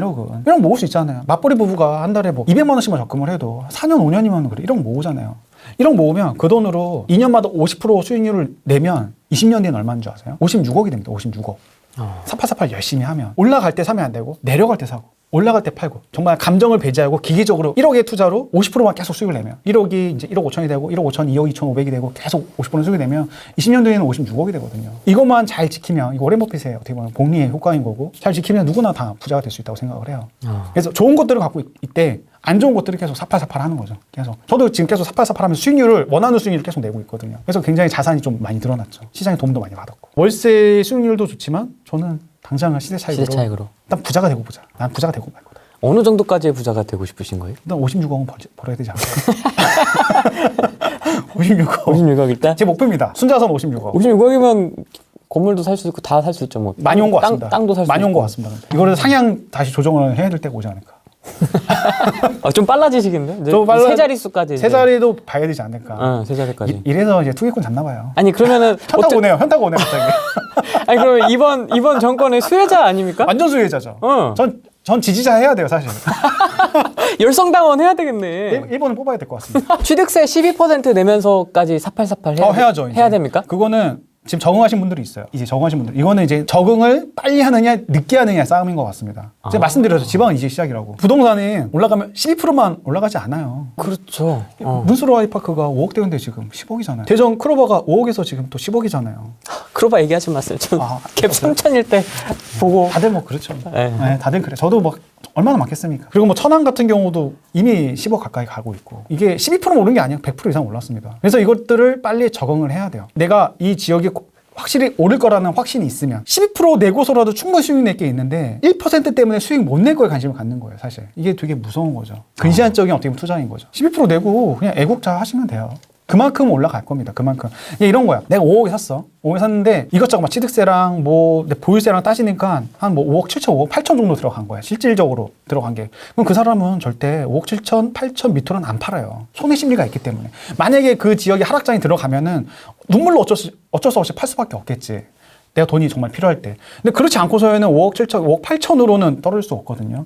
이게 아포유님께서 얘기하신 거잖아요. 조세 정거라고. 정말 그렇게 될 수밖에 없어요. 내가 그러면 5억 7천, 5억 8천은 일단 디폴트를 깔고 그 이상으로 팔 수밖에 없거든. 그렇죠. 그렇게 생각하고 들어가야 되는 거죠. 이 지역이 정말 공급 없고 전세가격이 올라가면 빨리 적응해야 돼요. 이거 적응하는 사람이 좀 더 앞서가는 거고 적응 못하는 사람은 뒤처지는 겁니다. 지금 장 분위기가 지금 네. 뭐 12%고 8%고 지금 이게 중요한 게 아니에요. 그게 중요한 게 아니야 지금. 재산세, 종부세 이런 것 쪽 지금 계속 두드리려고. 저도 그래서 많이 팔고 있어요. 두드리고 있는데. 그래서 못난이들 위주로 파는 거죠. 보유세를 올리면 올릴수록 저도 딱 지금 포지션이 못난이를 팔잖아요. 그렇죠. 못난이를 팔 수밖에 없어. 내 공시가를 얘네들 다 잡아먹어. 그리고 공시가를 잡아보니까 아우 씨 막 덜어내고 있는 거예요 지금. 그래서 지금 오히려 더 양극화가 좀 심해지는 것도 있는데. 그런데 이제 걔네들마저 이제 올라가게 생겼으니까 걔네들마저 실수요자가 잡아주고 있거든요. 이게 보유세가 솔직히 부담되긴 해요. 올해만 해도 제가 1,000만 원을 냈더라고요. 제대로 진짜 애국자 하고 있는 거죠. 정말 눈물 나. 이거 제대로 좀 썼으면 좋겠는데. 진짜 생돈이잖아요, 생돈. 제대로 안 쓰는 것 같고. 그래서 제대로 좀 썼으면 좋겠는데 내면서도. 근데 여러분들도 지금 법인이 특히 지금 보유세가 어마무시하죠. 3%에서 6%니까. 법인 분들도 내년 6월 전까지 지금 팔아야 되나 말아야 되나 굉장히 고민을 많이 하고 있을 것 같습니다. 그래서 법인분들은 차라리 6월 전에 팔고 6월 뒤에 다시 사고 그렇게 이제 많이 하시더라고요. 그렇게 계획들을 하시고 아니면 아예 그냥 재개발 아니 분양권 중도금 대출 나오는데 그런 데 위주로 하시고 계시죠. 재개발은 좀 어떻게 보세요? 재개발이 유일한 대안이에요. 네, 지금 다주택자들은 재개발 같은 경우는 재건축에 비해서 규제가 그렇게 빡세지가 않거든요. 그래서 재개발 사놓으면 이미 철거가 됐으면 취득세도 중과가 안 되고 4.6% 되고 나중에 입주할 때 중과가 안 돼요. 3에서 4% 정도면 내면 돼요. 이제 원시 취득세라고 해가지고 그 정도면 중과가 안 되고 그러면 이제 일단 부담이 없죠. 취득세에서는.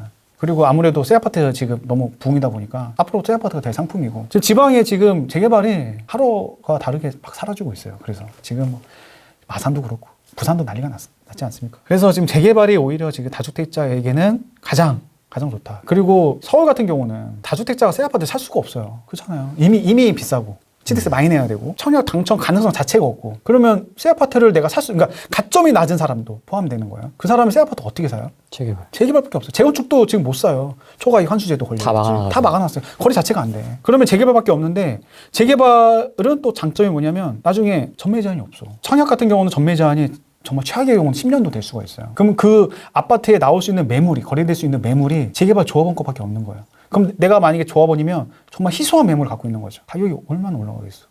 재개발 매물이 나중에. 전매 제한으로 다 못 팔게 막아놨는데 내 물건만 팔 수 있다니까. 그래서 재개발이 더 날린 거죠 지금. 이게 전매 제한 이런 게 시장이 계속 부작용을 만들어내는 거예요 사실. 그냥 거래만 터주면 돼. 일단 지역을 보고 큰 지역부터 보고 비교를 통해서 그리고 그 지역에서 가장 이제 내가 살만한 거 뭐 재개발이 될 수도 있고 아니면 분양권이 될 수도 있고 갭 투자가 될 수도 있고 세 개를 다 비교해서 그 상태에서 가장 좋은 거를 선별하는 거죠. 만약에 이제 청주를 예를 들어 볼게요. 청주가 안테나가 2개 있다고 봐요. GL이랑 두산지웰이랑 그다음 트릴로체 이 두 개가 있다고 봐요. 트릴로체 같은 경우는 거기는 중도금 대출 다주택자도 나와요. 법인도 나오고.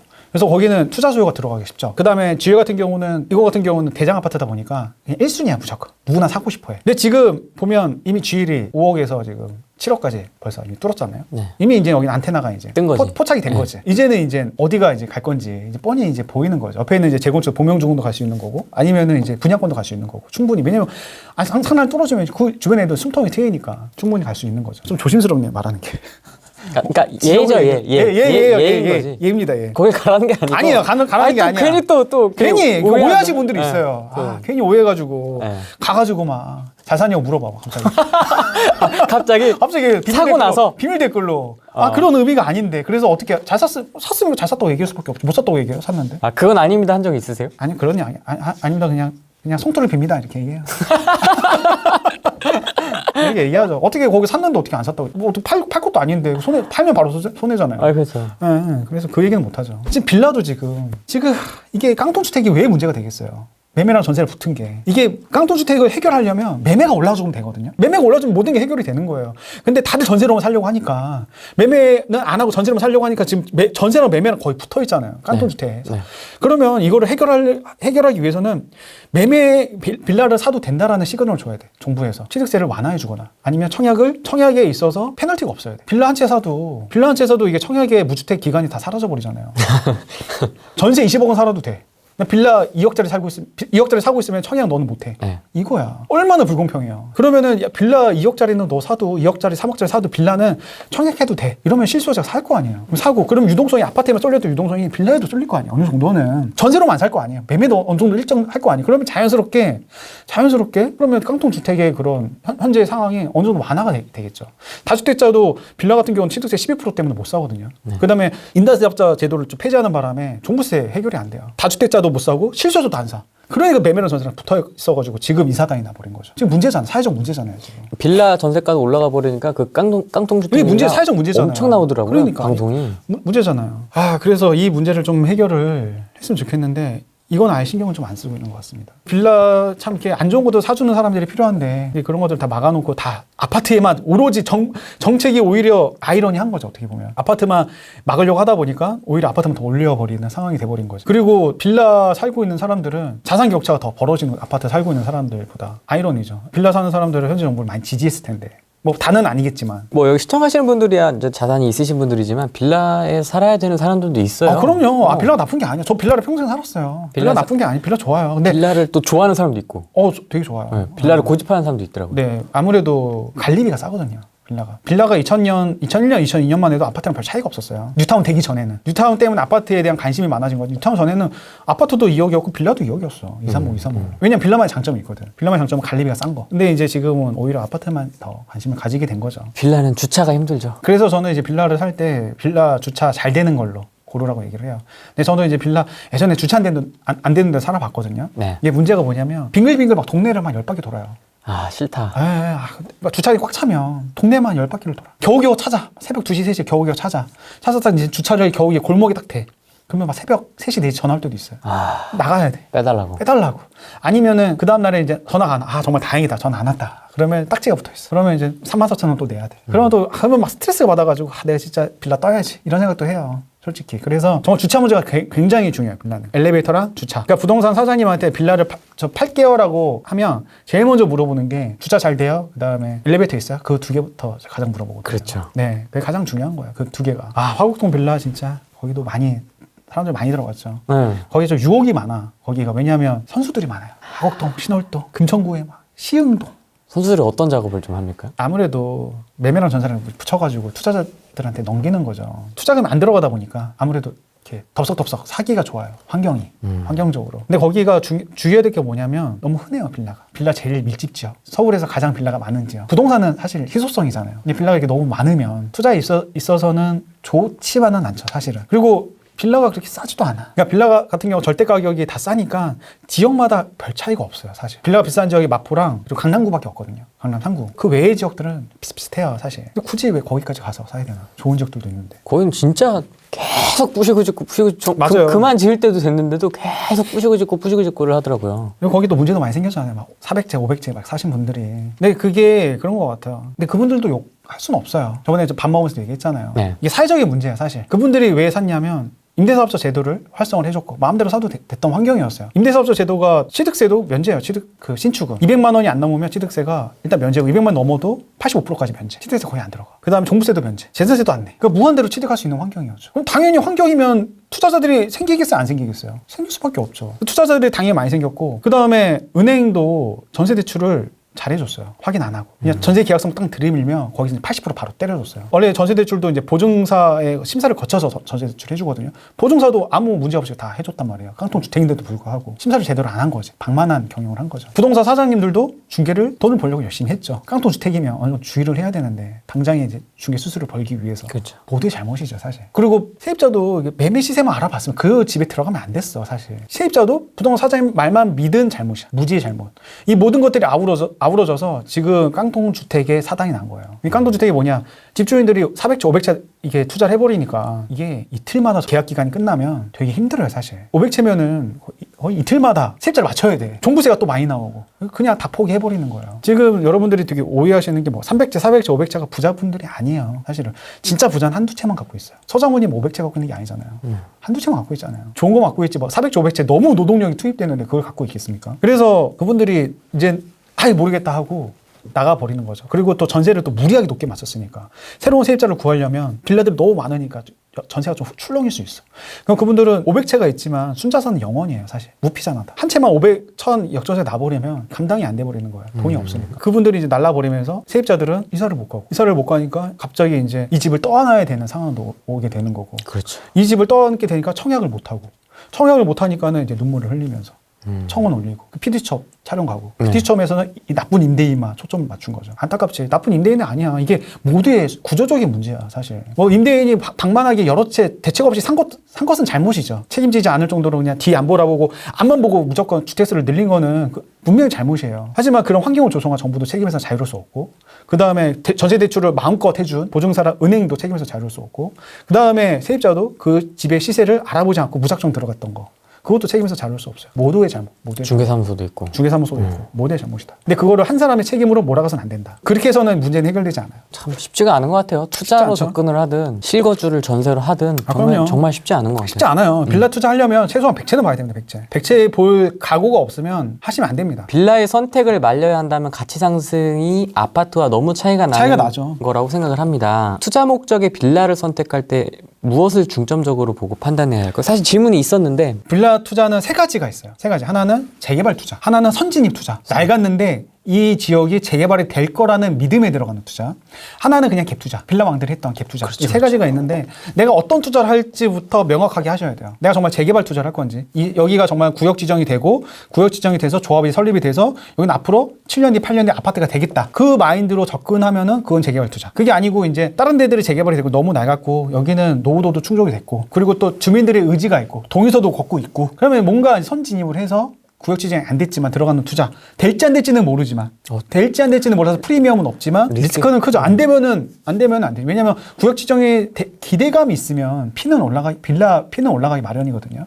근데 안 됐을 때는 리스크는 있지만 되면 또 대박이고. 둘 중에 하나. 이건 리스크가 정말 난 리스크를 안고 들어가겠다. 선진입 투자.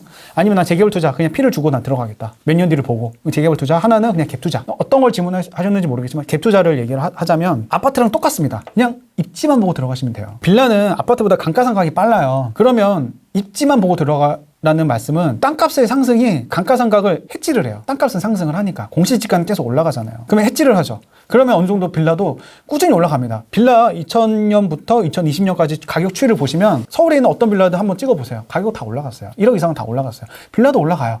속도가 느릴 뿐이지. 내가 이거 오래 보유할 자신 있고 그리고 이 빌라를 내가 계속 수선도 하고 관리할 자신 있으면 빌라 투자해도 돼요. 그게 아니라면 빌라 투자하면 안 돼. 확실하게 명확하게 하고 들어가셔야 돼요. 근데 빌라 같은 경우가 참 재밌어요. 빌라도. 저도 빌라가 요즘 많은데 빌라는 2년마다 전세 계속 지금 또 전세가 올라가니까 계속 뭔가 유동성을 공급받는 느낌이죠. 수혈 받는 느낌. 네. 저는 많이 올리지 않습니다. 저는 접해가 아니기 때문에 그렇게 네. 접해는 아니에요. 네. 근데 너무 안 올리면 안 돼. 그분도 자립심을 줘야 되거든요. 너무 안 올리면 그분이 나중에 강제 저축을 못 하잖아요. 그리고 나중에 상황이 이상해질 수가 있어요. 왜냐하면 계속 안 올리다 보면 너무 내가 착해. 계속 안 올리다 보면 그분도 이사를 못 가. 그런 경우 다 올라갔으니까. 그런 경우 많습니다. 네. 그러면 상황이 애매해지는 거야, 둘 다. 이사도 못 가고 나도 나 팔아야 되는데 이 사람 뭐 전화 갑자기 안 받아. 내 전화 피해. 그럴 수도 있어요, 여러분. 그래서 전세는 꾸준히 올려야 돼요. 서로가 좋은 거야, 서로가 좋은 거고. 빌라 투자 저는 참 재미를 많이 봤어요. 근데 주의해야 될 거 뭐냐면 위반 건축물 절대 투자하시면 안 돼요. 위반 건축물 같은 경우는 베란다 확장된 부분은 이제 위반 건축물인데 이게 2019년 이게 4월인가 5월인가 그때 이후로 5회만 이행강제인 5회만 납부해서 이제 평생 납부로 변했거든요. 그렇죠. 평생 납부로 2019년 4월 23일인가 그럴 거예요. 그때 이후로 적발된 것들은 다 평생 납부를 해야 돼요. 이게 엄청난 리스크죠. 이행강제금이 투룸 같은 경우는 한 50만 원 정도 나오고 쓰리룸 한 100만 원 넘게 나와요. 대체적으로 평생 내야 돼. 팔리겠습니까? 전세 대출도 안 돼. 예전에 전세 대출도 나왔어요. 근데 이 평생 이행강제금 내면 낙찰도 안 받아. 그 누구도. 낙찰도 안 받으면은 은행사에서 채권 해소가 안 되잖아요. 대출 해주겠어요? 안 해주는 거예요. 안 해주는 거예요. 그래서 전세 대출, 매매 대출 다 막은 거예요. 그래서 그거 갖고 계신 분들은 지금 피눈물 흘리고 계시죠. 대놓고 근생을 파는 분들도 있더라고요. 근생 같은 경우는 전세 대출 안 나와도 매매 대출 나와요. 80% 오히려. 그건 주택으로 안 보니까. 그래서 월세 세팅을 많이 해요. 근생 빌라는. 근데 근생 빌라도 투자하면 안 돼. 세입자가 많이 꼰지르면 어떡할 거야? 꼰질 수 있어요. 그러면 그거 철거할 때까지는 이행강제가 평생 나와요. 아니면 뭐 싱크대 이런 거 다 빼야 돼. 그렇죠. 네, 그런 것도 조심해야 돼요. 그리고 만약에 내가 빌라를 한 20년, 30년 보유할 자신 있으면 그것도 재개발이 될 수밖에 없어요. 노후도가 총적이 되고 슬러머가 되면 개발 압력을 받을 수밖에 없죠. 아파트는 계속 가격이 올라갔으니까. 근데 그렇게까지 보유할 자신 없으면 그건 좀 아닌 것 같다. 힘들다. 힘들다. 얘기만 아니면 들어도. 입지가 좋은 빌라는 역세권이고 입지가 좋고 이게 빌라라는 게 사실은 수요가 있어요. 서울에 인프라가 많아요. 병원도 있고 제가 세입자분들이 여기 왜 사냐고 물어보면 병원이 있어서 사시는 분들도 있어요. 어머니 모시고 병원도 데리고 다녀야 되니까. 근데 시흥만 와도 병원이 없어. 그러면 왔다 갔다 하기가 좀 힘들잖아요. 그분들은 병원이 되게 소중해요. 그렇죠. 빌라 무조건 살아야 돼. 아파트는 너무 비싸니까. 그런 분들은 꼭 빌라가 필요하죠. 그분들을 위해서라도. 제가 시흥에 사는데 시흥 비하는 게 아니라 시흥 되게 좋아요. 거기가 하나은행이 없더라고요. 깜짝 놀랐어요. 지역 전체. 그래서 부천에 마실 나가요. 하나은행 갈 때. 전체 없어요. 시흥에. 하나은행 안 들어왔나 보네요. 그 지역에. 안 들어왔어요. 처음 봤어요. 어느 지역에는 다 있었는데. 그래서 부천 30분 이렇게 운전해서 가요. 제가 또 1년마다 이사를 다니거든요. 지금도 시흥에 잠깐 살고 있고. 여러분들도 이사 자주 다니면 다 자산을 불릴 수가 있습니다. 1년마다 지금 와이프랑 둘이서 개고생하고 있습니다. 와이프분하고 어떻게 좀 돈을 모으셨어요? 초반에? 저번에는 뭐 어쩔 수 없죠. 월급으로 모았죠. 강제저축. 제가 전략. 1, 2, 3 법칙이라고 하세요. 1, 2, 3? 저만의 법칙인데 1, 2, 3이 티는 10,000원, 그리고 바지는 20,000원, 그리고 신발은 30,000원. 1, 2, 3. 1, 2, 3에 무조건 맞춰야겠다. 그래서 그렇게 해서 이제는 소비를 거의 극단적으로 줄이고 돈을 모았어요. 극단적으로 줄이고 집에서 웬만해서 다 해먹고 그렇게 해서 이제 돈을 모았죠. 그 돈으로 투자를 한 거죠. 어떻게 보면. 그리고 둘 다 회사를 다녔으니까 마통 다 뚫고 마통 막 한도까지 막 끌어가지고 정말 뒤없는 투자를 했습니다. 지금 생각해보면 조금 좀 무리해서 한 것 같아요. 왜냐면 좀 만회하려고 했던 것들이 좀 있었죠. 너무 처음에 실패를 하다 보니까. 야, 이게 지방 아파트가 막 떨어지고 막 비트코인도 막 미친 듯이 하락을 하고. 그래서 이걸 어떻게 해야 되지? 그런 생각에 마통이랑 이런 것들을 좀 많이 활용을 했죠. 아무래도. 레버리지를 되게 풀로 활용을 했어요. 되게 위험한 투자를 했죠. 어떻게 보면. 지금 생각해보면. 근데 지금 그렇게 했기 때문에 지금 저는 이렇게 어떻게 보면 지금, 결론적으로는 잘 된 지금이 거죠. 있는 결론적으로는. 저는 그렇게 했지만 남들은 그렇게 하라고는 말 못하겠어요. 그렇죠. 네, 남들한테 그렇게 다 상황이 다르고. 그럼요. 정말 잘못될 수도 있거든요. 내 돈만 날린 게 아니라 이렇게 빚을 져서 이렇게 실패해보면 평생 이게 따라다닐 수 있거든요. 그 부분은 좀 조심해야죠. 처음에 실패하면 사실 부동산 쳐다보기 싫어 보통 이런 경우도 있는데 그래도 다시 공부를 제대로 하고. 그렇죠. 하고 싶진 않았어요. 투자 나와 맞지 않구나. 처음에는 투자를 처음 할 때 근자감 같은 게 있잖아요. 책 몇 권 읽으면 이렇게 하면 되는구나. 아니면 어깨 막 올라가고 들어가서. 야 내가 너무 경제를 몰랐구나. 이 자본시장을 너무 몰랐구나. 야 이거 개투자하고 어찌됐든 우상향 하니까 네. 자본시장에서 돈 계속 풀리고 결국에는 뭐든 사면은 무조건 승리하는구나. 나도 해야겠다 해가지고 무작정 했는데 이게 정말 처참하게 당한 거죠. 처참하게. 자본시장이 정말 명치를 한 대 세게 맞았죠. 진짜 그렇게 하다 보니까 이게 정신이 번뜩 들더라고요. 번뜩 들고 정말 하기는 싫었는데 어쩌겠어요. 많이 해야죠. 어떻게 해서든지. 여기 이 세계에 들어온 이상 죽이 되든 밥이 됐든 한번 해보자. 인생 한 번인데. 정말 망하면 정말 저희 어머니 집에 들어가자. 와이프한테. 그 얘기까지 했죠. 실제로 들어가자. 들어가서 밥이라도 해주시겠지. 우리가 열심히 보필하면 되니까. 그렇게 해서 했어요. 그때 와이프분의 반응은 어땠습니까? 지금 뭐 방법이 없으니까 그렇게라도 하자 그랬죠. 와이프도 되게 대책 없어 저랑 같이. 그렇게 해서 지금은 이제 1년마다 이사를 다니면서 제가 이제 빌라를 처음에 저도 이제 빌라를 계속 진검대를 했거든요. 빌라를 완전 싸게 샀어요. 막 1억 7천의 빌라를 3룸을 사가지고 그거를 전세를 나중에는 2억 4천에 두고 나오고. 왜냐면 빌라 시세는 3억 정도 되니까. 그래도 되잖아요. 그러면 다들 그래. 야, 1억 7천 사가지고 2억 4천 넣으면 그거 깡통 칠 때 나쁜 거 아니야? 아니에요. 저 지방에 4억 주고 아파트 산 게 있는데 지금 그 6억이거든요. 근데 전세 4억 준다고 해서 그게 깡통 주택이 아니잖아요. 이미 시세가 6억이니까. 그런 개념으로 보시면 되죠. 저도 빌라 같은 게 1억 7천에 사서 2억 4천에 전세 주고 그러면 현금이 왕창 생겼잖아요. 다시 또 비슷한 식으로 계속 자산을 그렇게 많이 불렸죠. 그래서 불려가지고 그 돈이 이제 생기니까 어떤 것도 팔고 생기는 이제 아파트 투자를 했던 거죠. 잘 풀렸죠. 지금 생각해보면. 잘 풀리고 자산이 확 늘어났던 게 그리고 저만 했던 게 아니고 저희 가족들도 같이 누나한테도 막 집 사라고 해서 누나들도 막 집 사고 처남도 사고 처제도 사고 친구들도 많이 사주고 지금은 다 돈을 많이 벌었죠. 운 좋게도. 근데 이제 지금은 누군가한테 전혀 이렇게 권하진 않아요. 지금 생각해보면 처음에 투자할 때 공감하실 거예요. 아, 이 좋은 걸 남들도 했으면 좋겠다. 그 생각에 막 권하잖아요, 처음에. 네. 아, 이 좋은 걸 왜 안 할까? 아, 빨리 해. 그런데 만에 하나 실패했을 텐데 그 책임을 책임져 줄 수가 없잖아요. 그래서 아, 내가 정말 처음에는 뭣도 몰라서 그렇게 했지만 지금은 절대 이제 권하는 건 되게 조심스럽죠. 누가 막 물어보고 도움을 요청하면 그때는 알려주는데 막 내가 먼저 나서지고 그러진 않아요. 아무리 가족이라도. 책 좀 읽었을 때는 이렇게 저도 어깨에 뽕이 들어갔다가 저도 그랬어요. 시간이 지나면은 점점 겸손해져요. 맞아요. 아, 이거 진짜 무섭다. 아, 무서워요. 진짜 당하면 시장에 진짜 명치 한 대 맞으면 정신 못 차리고 정신 못 차려요. 진짜 힘들어요. 힘들어요. 하루아침에 자산이 막 쪼그라드는 거 보면 얼마나 막 눈물이 나는 거야. 내가 이걸 모으기 위해서 그 고생을 했는데 내가 무슨 부귀영화를 누리려고 투자해서 내가 이렇게까지 망가져야 되나 막 그 생각이 들었죠. 지금은 웃으면서 얘기해. 와이프도 아, 우리 그때 진짜 힘들었는데 그래도 다행히 지금 잘 풀려서. 근데 지금도 저는 현재 진행형이라고 얘기를 해요. 지금 아무리 잘 됐어도 언제든지 이거 사이버머니고 반토막 날 수도 있고 실패할 수도 있어요. 투자는 어떻게 될지 몰라요. 죽을 때까지 모르는 거야. 워렌 버핏도 60조를 한 번에 잃었잖아요. 뭐 지금은 잘 될 수 있었지만 투자는 죽을 때까지 끝나는 게 아니고 끝날 때까지 끝난 게 아니야. 지금 잘 됐어도 실패할 수 있고 실패해서도 잘 될 수도 있는 거야. 그래서 지금 잘 된 사람 불할 필요도 없어요. 지금 실패했다고 해서 지금 낙담할 필요도 없어. 왜냐면 그 미래는 그 누구도 모르니까. 저도 그걸 겪어봤거든요. 그래서 저는 아무리 잘 됐어도 이게 그냥 기분만 부자인 거지. 언제든지 이게 쪼그라들 수 있다라고 생각은 해요. 언제든지. 욕심 많이 안 내더라도 익절은 꾸준히 하자. 안 좋은 물건은. 그래야지 익절 한다라는 거는 리스크를 덜어내고 수익률을 꾸준히 올라가는 거거든요. 가만히 있으면은 사실은 수익률이라는 게 확정을 짓지를 못해요. 수익률 확정을 짓고 그거 가지고 또 수익률 확정 짓고 욕심을 너무 많이 내면 언제든지 하락에 맞을 수 있거든요. 근데 익절을 꾸준히 하는 습관을 들이면 큰 돈은 못 벌지라도 리스크는 계속 덜어내고 수익률만 계속 꾸준히 내면 누구나 다 봉리로 부자가 될 수 있죠. 근데 그걸 못해 사람들은. 감정에 따라서 휘둘려. 이게 올라가면 이게 사고 싶고 내려가면 사기 싫거든요. 2014년, 2015년만 해도 마용성 다 미분양이었어요. 피바다 시장. 피바다였어요. 네. 경유자에.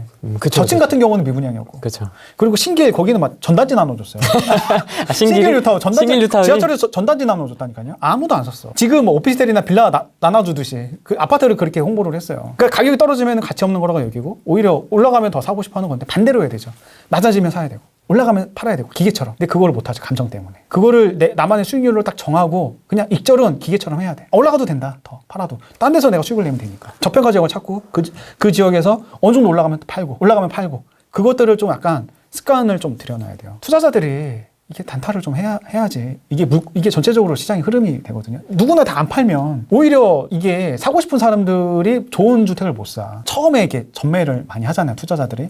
막 10채, 20채씩 사는 사람들이 있어요. 근데 그분들은 중도금 대출이 안 나오니까 다 팔아. 초피 한 1,000, 2,000만 받고. 근데 만약에 그런 사람들이 없으면은 우리 1,000, 2,000 주고 초피 주고 못 사요. 그래서 그런 사람이 있기 때문에 어떻게 보면은 물량들도 풀릴 수 있는 거고. 개인적인 생각은 그래요. 그래서 전체적으로 좀 순환이 되는 게 아닌가. 전 투자자는 굉장히 좀 시장에서 필요한 존재고 선제적인 투자를 하기 때문에 그 지역 인프라가 또 좋아지는 거고. 예전에 압구정이 아니라 잠실 같은 경우는 거의 다 물바다가 났던 지역이었잖아요. 근데 거기 누군가가 선제적으로 분양을 받고 들어가기 때문에 사람들이 들어오니까 거기 학교도 들어오고 학교가 들어오니까 뭐 관공서도 들어오고 뭐 기업들도 들어오고 사람들이 안 들어오면은 그 누구도 들어오지 않아. 투자를 했기 때문에 그 뒤에 후속 투자가 들어오는 거거든요. 그래서 인프라가 조성이 된 거잖아요. 근데 지금 정부에서는 아니 지금 우리가 인프라를 조성했기 때문에 너희들이 다 수혜를 보는 거 아니냐. 환수를 해야 된다. 이 논리인데 아니야. 그분들이 나중에 잃을 거라는 그 리스크를 안고 들어갔기 때문에 지금의 대가를 얻는 거거든요. 사실. 그것도 인정해 줬으면 좋겠는데 인정을 못하는 게 좀 아쉽지. 그러면 그 누구도 선제적인 투자를 못해. 누구 리스크를 안고 들어가겠어요? 그렇죠. 그거 누구도 못하는 거예요. 들어가면 뺏길 텐데. 우리가 지금 돈을 보고 있는 거는 네. 지금의 어떻게 보면은 벌 수 있는 지금을 희생해서 미래로 미룬 시간의 대가인 거잖아요. 그걸 인정을 해줬으면 좋겠는데 그분들은 인정을 못해요. 왜냐하면 이미 올라가고 차익을 본 것만 배합하는 거지. 그것만 보는 거야. 결과만 보는 거죠. 결과만 보는 거야. 아니 예전에 하락했을 때 투자자들 얼마나 죽어나갔는데 정말 다 죽어나갔어요. 2년 전만 해도 지방 투자자들 다 죽어나갔어요. 울산 지금 난리가 났지만 2018년도에 울산 피바다였어요. 반토막 났어요. 청주도 반토막 나고. 청주 지금 난리가 났지만 청주 반토막 났어요. 2억짜리 1억 됐다니까, 청주가. 청주가 그랬군요. 부산도 지금 다 좋았지만 2019년도에 부산 아무도 관심 없었어요. 대전도 2010년부터 2017, 2018년 8년까지 그 누구도 관심 안 가졌어요. 세종도 작년까지만 해도 세종도 그 누구도 관심 안 가졌어요. 천도로 있기 전까지. 뭐 그 전까지 조금씩 올라갔지만. 천도론 누가 했습니까? 아, 이거 이렇게 얘기해도 되나? 아, 됩니다. 예. 하지만 이게 정말 그 누구도 관심 안 가졌을 때 다 피바다가 나고 그랬던 거예요, 사실은. 근데 그게 이제 투자자들이 들어가고 이제 지역 경제에 사니까 이제 인프라도 들어오는 거잖아요. 투자자들이 그때는 그 어떤 얘기도 안 해줬으면서 지금 투자자들이 이제 조금 돈을 버니까 그게 배 아픈 거지. 그게 못마땅한 거야. 공감하시죠? 여러분들도? 네. 공감하시죠? 자기도 잔뜩 갖고 있고. 그러니까. 부동산 잔뜩 갖고 있으면서 거기로 천도하지. 그게 좀 뭔가. 그래, 그럼 안 되지. 뭔가 좀. 그래. 앞뒤가 안 맞죠? 참.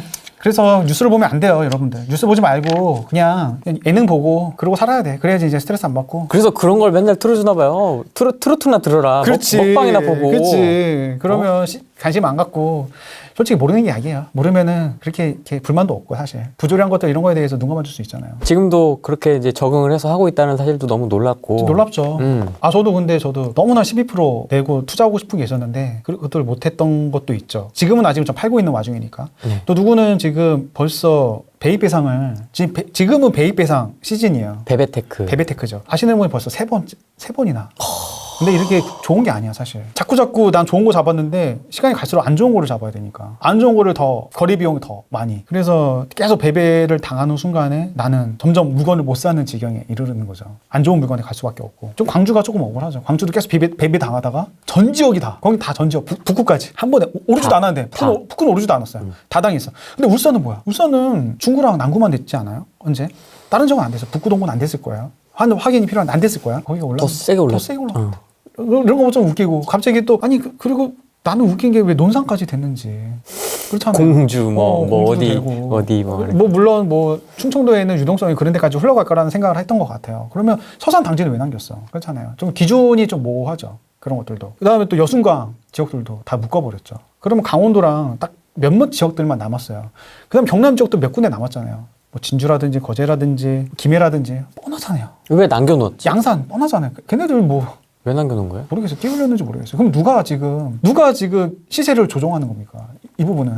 알겠어요. 그 지역마저 다 묶으면 다 서울로 유동성이 쏠린다라는 거를 아니까. 그렇죠. 네, 남긴 것 같아요. 개인적인 생각으로는. 근데 억울한 지역도 생기고, 더 억울한 지역도 생기고, 그렇지만, 참, 규제로 지금 집값을 못 잡는 거는 우리 베타 테스트 4년 동안 우리 깨달았잖아요. 24번 했잖아요. 이제는 좀 다른 방향성이 필요하잖아요. 이게 규제를 하면서 더 오르는데 투자자들도 오르는 거 별로 안 좋아해요. 오르면 오를수록 규제가 더 세지니까 지금 세금도 내년 되면은 최고세율이 75%까지 올라가요. 지방소득세까지 포함하면 80%, 그 이상이 돼버리죠. 아니 5억이 올라도 세금만 4억이야. 5억이 올라도. 이게 좋은 게 아니야. 10억이 올라도 8억이 세금인 거고. 다 정말 사이버머니고 못 파는 거야 결국에. 그냥 우리는 1억만 오르고 그냥 1억 비과세 받는 게 나아. 그렇잖아요. 5억 내고 4억 세금 내느니 1억 오르고 1억 그냥 온전히 버는 게 낫잖아요. 그러면 무주택자도 안 좋아. 물건이 안 나오니까.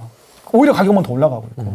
1억 오르고 1억 온전히 그냥 수익 내게 해주는 게 낫지 않아요? 차라리? 네, 그렇죠. 그게 낫지 않아요? 5억 오르고 1억 세금 내게 하는 거, 4억 세금 내게 하는 것보다 안타깝죠. 무주택자분들은 고민이 참 많을 것 같아요. 아직 무주택자는 지옥입니다, 지금. 지금 시장을 보면서. 지금 저는 너무 안타까운 게 지금 집값을 정상으로 돌려야 된다라는 그런 카페들도 생기고 있고. 아, 그렇습니까? 그런 카페들도 있어요. 안타까워요. 그분들, 참. 이 모든 걸, 이 정부를 되게 끔찍하게 아끼고 사랑해주고 이 정부만을 믿고 무주택자를 유지한 거거든요, 사실. 집값을 잡아준다고 했으니까. 부동산만큼 자신 있다라고 몇 번이나 얘기했잖아요. 그래서 얼마나 그러면 믿었겠어. 많이 믿었을 거야. 그리고 집 다 파시라 그랬고, 집 꼭 잡겠다. 투기와 전쟁 선포하겠다. 했잖아. 그러면 믿을 수밖에 없어요. 모든 사람들은. 그래서 무주택 포지션, 근데 무주택 포지션도 베팅이에요. 사실은. 집값이 떨어질 거라 인버스 투자를 한 거예요. 그거 실패한 거야. 실패했으면 그 책임을 져야 되는데 그 책임을 못 지죠. 왜냐면 내 삶이 망가지니까. 그렇잖아요. 자산 격차 더 벌어지고 전세 가격이 올라가면 내가 지금 있는 환경에서 이 환경을 지키지 못해. 자꾸 낙후된 환경으로 쫓길 수밖에 없어요. 내가 있는 환경에서 쫓기면 빌라를 가야 되는 건 아니면 지역을 이탈될 수밖에 없는 거죠. 그러면 아들, 딸들은 우리 집 망한 거야? 이해가 나올 수밖에 없어요. 벼락거지라는 얘기가 괜히 나오는 게 아니거든요. 정말 안타까워요. 그 상황. 그래서 지금 현실을 인정 못하는 거 일 수도 있어요. 그것 때문에. 안타깝죠. 그래서 저는 그분들은 현실을 일단은 주택파악부터 먼저 하고 현실을 인정하는 것부터 필요해요. 그래야지 출발할 수가 있거든요. 현실을 인정 못하고 과거에 갇히는 순간에 계속 안 좋아지는 환경에 놓일 수밖에 없는 겁니다. 내가 지금 현재 인정을 해야지만 앞으로 나아갈 수가 있는 거예요. 결국엔. 앞을 봐야지. 언제까지 계속 뒤를 볼 거야. 앞에 앞길이 지금 구말린데. 그렇잖아요. 우리가 앞길이 구말리는 언제까지 과거 그만 좀 그랬으면 좋겠어. 그래서 지금도 분명히 기회가 있어요. 지금도 수도권도 지금 안 오르는 데 너무 많아요. 아까도 계속 얘기했잖아요. 그런데 내가 징검다리로 실거주하고 투자 분리만 하면 돼요. 내가 실거주에 월세 살든가 아니면 다른 지역 살든가 너무 출퇴근 멀더라도 제가 1년마다 이사를 다녔던 이유는 돈을 벌기 위해서 그렇게 했던 거예요. 월세도 살고 뭐도 하고 막 출퇴근 거리가 2시간이어도 왕복 3시간이어도 했던 거는 돈을 벌기 위해서. 그런 결단이 필요해. 내 자산이 불어나기 위해서. 내 가족을 지키기 위해서. 내가 돈을 벌어야지만 내 가족을 지킬 수가 있잖아요. 남들도 도울 수 있는 거고. 그러니까 뒤를 보면서 이제 그 가격 생각하니까. 그러니까 지금도 얼마든지 있어. 저 지금 올해만 2채 샀고 내년에 이렇게 사고 팔고 할 거예요. 계속. 그게 나쁜 게 아니라니까요. 사고 파는 게. 사고 팔아야지 거래량이 계속 늘어나면서 누군가 또 새로운 길을 생기고 있고. 다주택자는 머리 끝까지 가격이 올라갈 때까지 이게 기다리지 않아.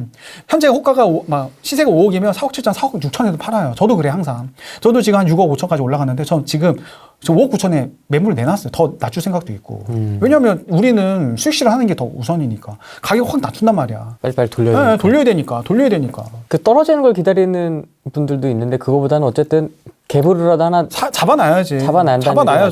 잡아놔야지 시장 참여를 하는 거예요. 시장 참여를 안 하는 순간에 난 점점 시장이 이탈되는 거거든요. 인버스 투자하는 거예요. 저는 그래요. 하락을 바라는 거는 남들이 다 망하길 원하는 거예요. 사실. 남들이 다 피가 방자하고 있고 남들이 다 비명 지르고 있고 최근에 산 사람들 다 어떻게 보면 다 망하는 거예요. 사실. 남들이 다 잘 됐으면 좋은 거잖아요. 이게 좋은 마음을 가져야지 나도 좋은 건데 남들 망해야지 내가 좋은 거는 이게 안 좋은 방향성 자체가 안 좋은 거잖아요. 잘 돼도 문제야 사실. 내 포지션을 정확하게 해야 돼. 내 포지션을. 그러면 일단 가만히 있으면 안 되고 일단 한 채라도 사야 돼. 그게 이제 시장 참여를 한 거예요. 일단은 그걸로 돈 버는 건 아니야. 왜냐하면 올라도 다 같이 오르는 거고 내려도 다 같이 내리는 거니까. 돈 버는 건 아니야 결국. 두 채가 그때부터 이제 투자인 거죠. 두 채니까 이제 플러스 알파니까. 근데 한 채 정도는 일단 발을 담궈 놓는 거예요. 그게 필요해. 만약에 내가 이거야. 정말 원하는 하락이 와서 용기를 내서 절대 못 사겠지만 하락이 와도 절대 못 사요. 하루아침에 계속 하라는 게 아니라 계속 하락해. 정말 하루아침에 5억짜리가 2억 3억 되는 게 아니라 5억짜리가 4억 되고 다시 4억 5천 되고 3억 5천 되고 다시 4억 되고 이게 왔다 갔다 하면서 계속 그러면 내 기대감이 있어가지고 못 사. 시장에서는 이미 공포감이 이미 형성돼 있어. 그걸 하루 이틀 떨어진 게 아니라 몇 년에 걸쳐 떨어지거든요. 그러면 바닥이 어딘지도 모르는데 어떻게 용기를 내? 올라가는 것보다 더 용기가 필요한 거예요. 떨어질 때 잡는 거는. 떨어지는 칼날을 잡는 건 더 힘들어. 올라갈 때는 내가 등 떠밀려 살 수가 있는데 떨어질 때는 정말 식은땀이 막 엄청나. 아니면 그러면은 비트코인 300만 원도 왜 안 샀어?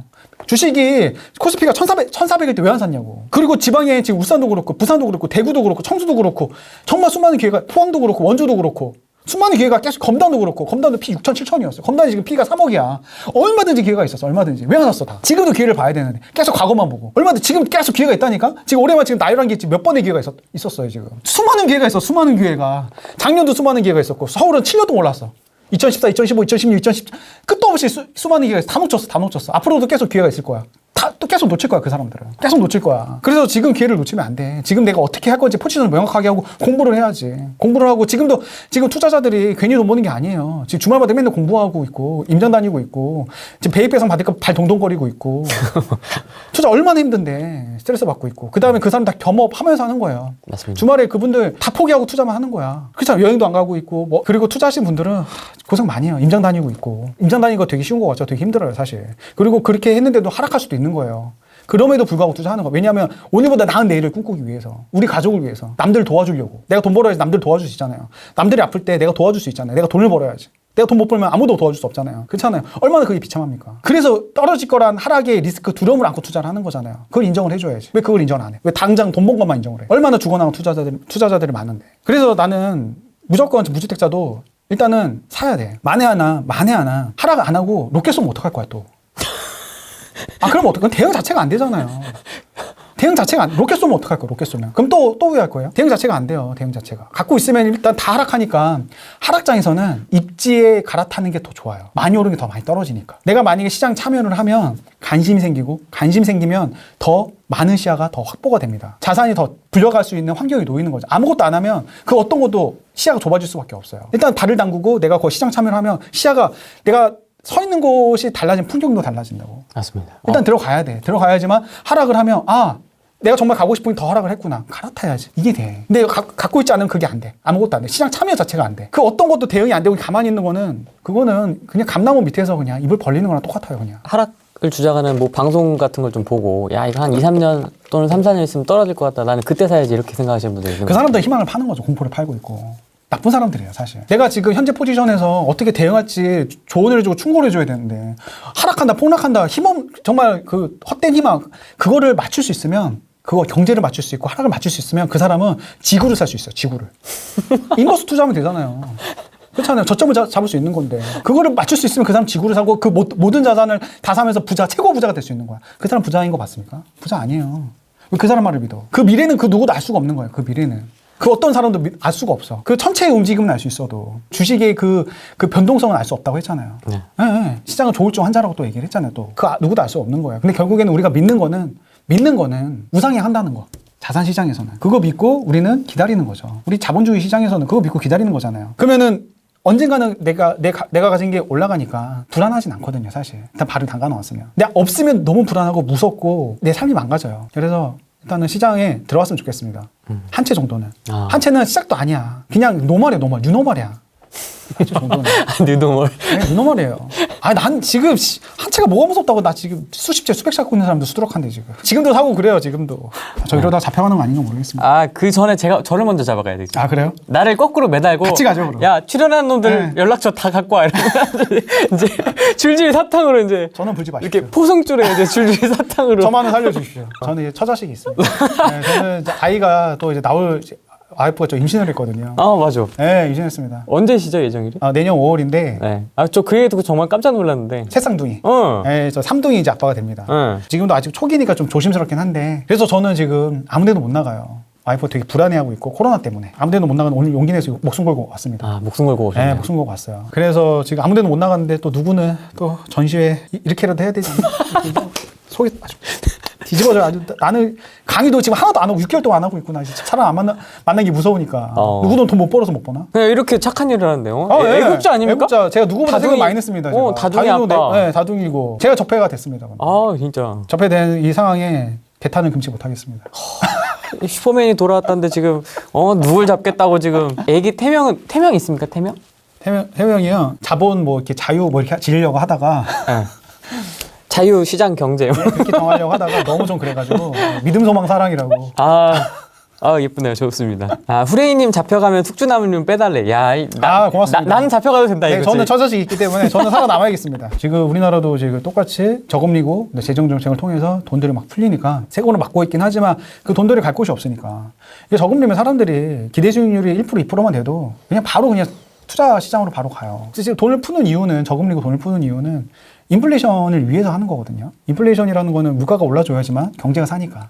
누군가가 소비를 하고 소비를 해야지만 누군가는 또 매출이 일어나야지만 그 사람도 누군가 또 소비를 하고 기업의 제품을 사고 기업 제품을 사야지만 기업도 돈을 벌어서 또 세금도 내고 또 좋은 또 영재를 또 인재를 영입하니까 그러면 또 더 좋은 상품을 만들고 있고. 그래서 물가가 올라가줘야지만 이게 경제가 도는 거. 물가가 떨어지면은 사람들 소비를 계속 밀어요. 어쩔 수 없이. 더 떨어질까 봐 되게. 그래서 그걸 바라해서 인플레이션을 계속 바랬기 때문에 돈을 계속 푸는 건데 지금 자산으로만 다 쏠리고 있죠. 자산으로 쏠리니까 세금을 더 걷는 거예요. 자산으로 더 이상 오지 말라고 막는 거죠. 근데 지금 사람들은 전체적으로 뭔가 설비 투자도 하고 뭔가 좀 이렇게 사업도 하고 그래야 되는데 그걸 안 하죠. 요즘에는. 다 망하고 있는데. 연예인들도 요즘에 보면은 사업 시작했다는 얘기 못 들었을 거예요.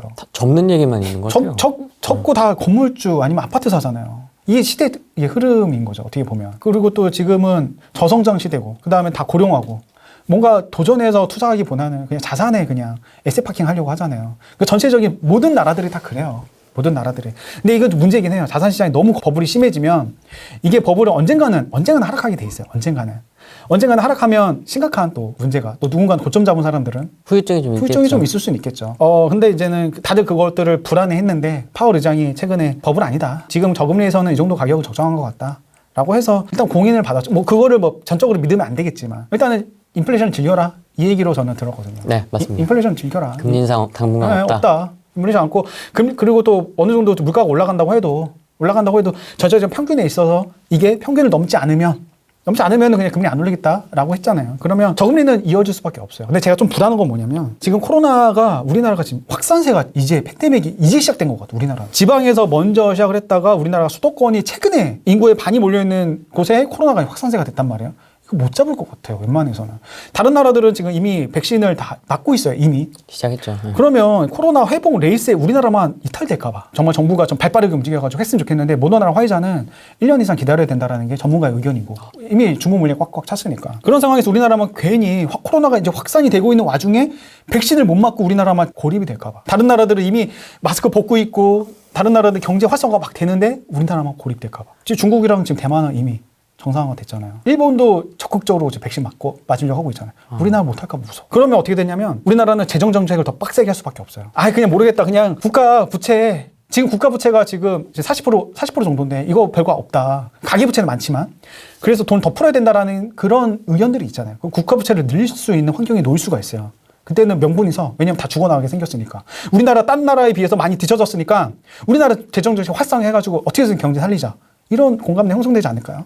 저는 이게 내피셜입니다. 얘기하는 게. 그럼 우리나라가 그러면 갑자기 자산버블이 올 수가 있죠. 자산버블이 확 올라가는 순간에 그러면은 너무나 공포감에 금리를 또 올릴 수가 있어요.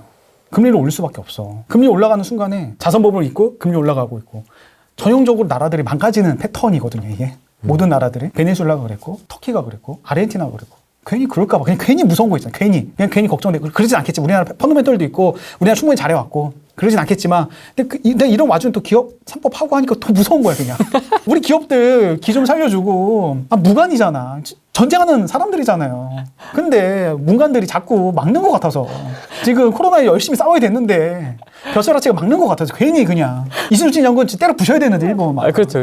때려 부셔야 되는데 괜히 야 너 와봐 해가지고 고문하는 것 같아서 괜히 그런 생각 드는 거예요. 개인적으로 자산버블은 더 심하게 올 것 같고 금리 올려가지고 거기서 이탈되는 사람들은 망할 수도 있겠다. 지금 1주택자분들은 좀 투자를 더 하려면 어떤 포지션으로 가면 좋을까요? 이게 무주택자, 1주택자도 미래는 다주택자를 꿈꿔야 됩니다. 잘 생각을 해보세요. 비과세를 왜 해주겠어요? 다주택 하지 말라 해요, 사실은. 일시적 1가구 2주택 비과세를 왜 해주겠습니까? 너 2주택 하지 말라 해요. 하나로 만들어라. 하나로 만들어라. 너 비과세 받으려면. 근데 그분들도 많이 후회해요. 더 오르니까.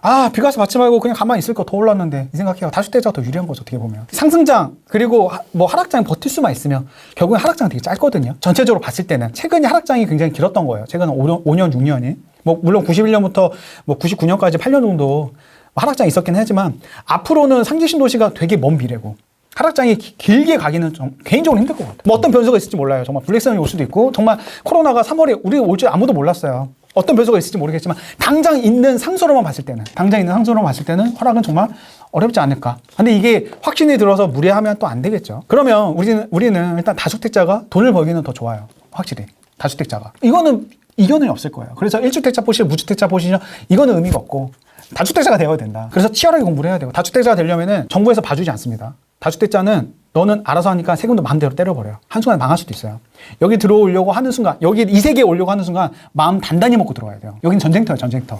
여기 정말 전쟁터입니다. 여기는 총탄과 폭탄과 막 이런 것들이 왔다 갔다 해요. 한순간에 내가 정말 고개 살짝 내미는 순간에 맞고 죽을 수 있어요. 정말 죽을 수 있어요. 그런 사람들 많이 봤어요. 저. 그래서 정말 각오하고 들어오셔야 돼요. 1주택자까지는 정부에서 보호를 해줘요. 그 이상 보호 안 해줘요. 얄짤 없습니다. 괜히 투기와 전쟁을 하는 게 아니잖아요. 그래서 내가 정말 부자가 되고 싶다. 나 정말 제대로 하고 싶다 하면은 다주택자 세계로 와야죠. 그게 아니고 나는 그냥 노동하고 내 집이 조금씩 올라가는 게 난 그걸로 만족하겠다. 나는 부동산 돈 벌 생각 없다. 내 부동산 올라가도 돈 버는 거 아니에요. 내가 이걸 팔고 빌라로 가지 않는 한. 이걸 팔고 내가 지방으로 가지 않는 한. 내가 주거 다운그레이드를 하지 않는 한. 돈 버는 거 아니에요. 다주택자가 돼야지만 돈 버는 거예요. 내가 돈 벌 생각이 없다 하면은 그냥 포지션 1주택자, 무주택자 포지션 이렇게 유지하고 내가 정말 본격적으로 내가 돈 벌어야겠다 하면 다주택자 포지션 유지하는 겁니다. 하지만 여기가 만만치 않다. 이 세계는. 네. 무섭죠. 정말 무섭습니다. 정말 무섭습니다. 무섭습니다. 고수분들은 오히려 몸을 되게 살아요. 트라우마가 강해서. 하락자 한번 맞아버리면 트라우마가 되게 강해요. 저는 뭐 그렇게 고수가 아니지만 저도 제 공시가 1억에 대해서 좀 비관적으로 얘기했잖아요. 네. 저 공시가 1억이었어 다 예전에. 정말 안 좋은 물건들. 그 제대로 한번 맞아버리니까. 경험이 있으시군요. 야, 8천만 원짜리 4천만 원 될 줄 누가 알았겠어요. 그게 많아요. 저 충북도 있고. 지금도 갖고 있는 거 있어요.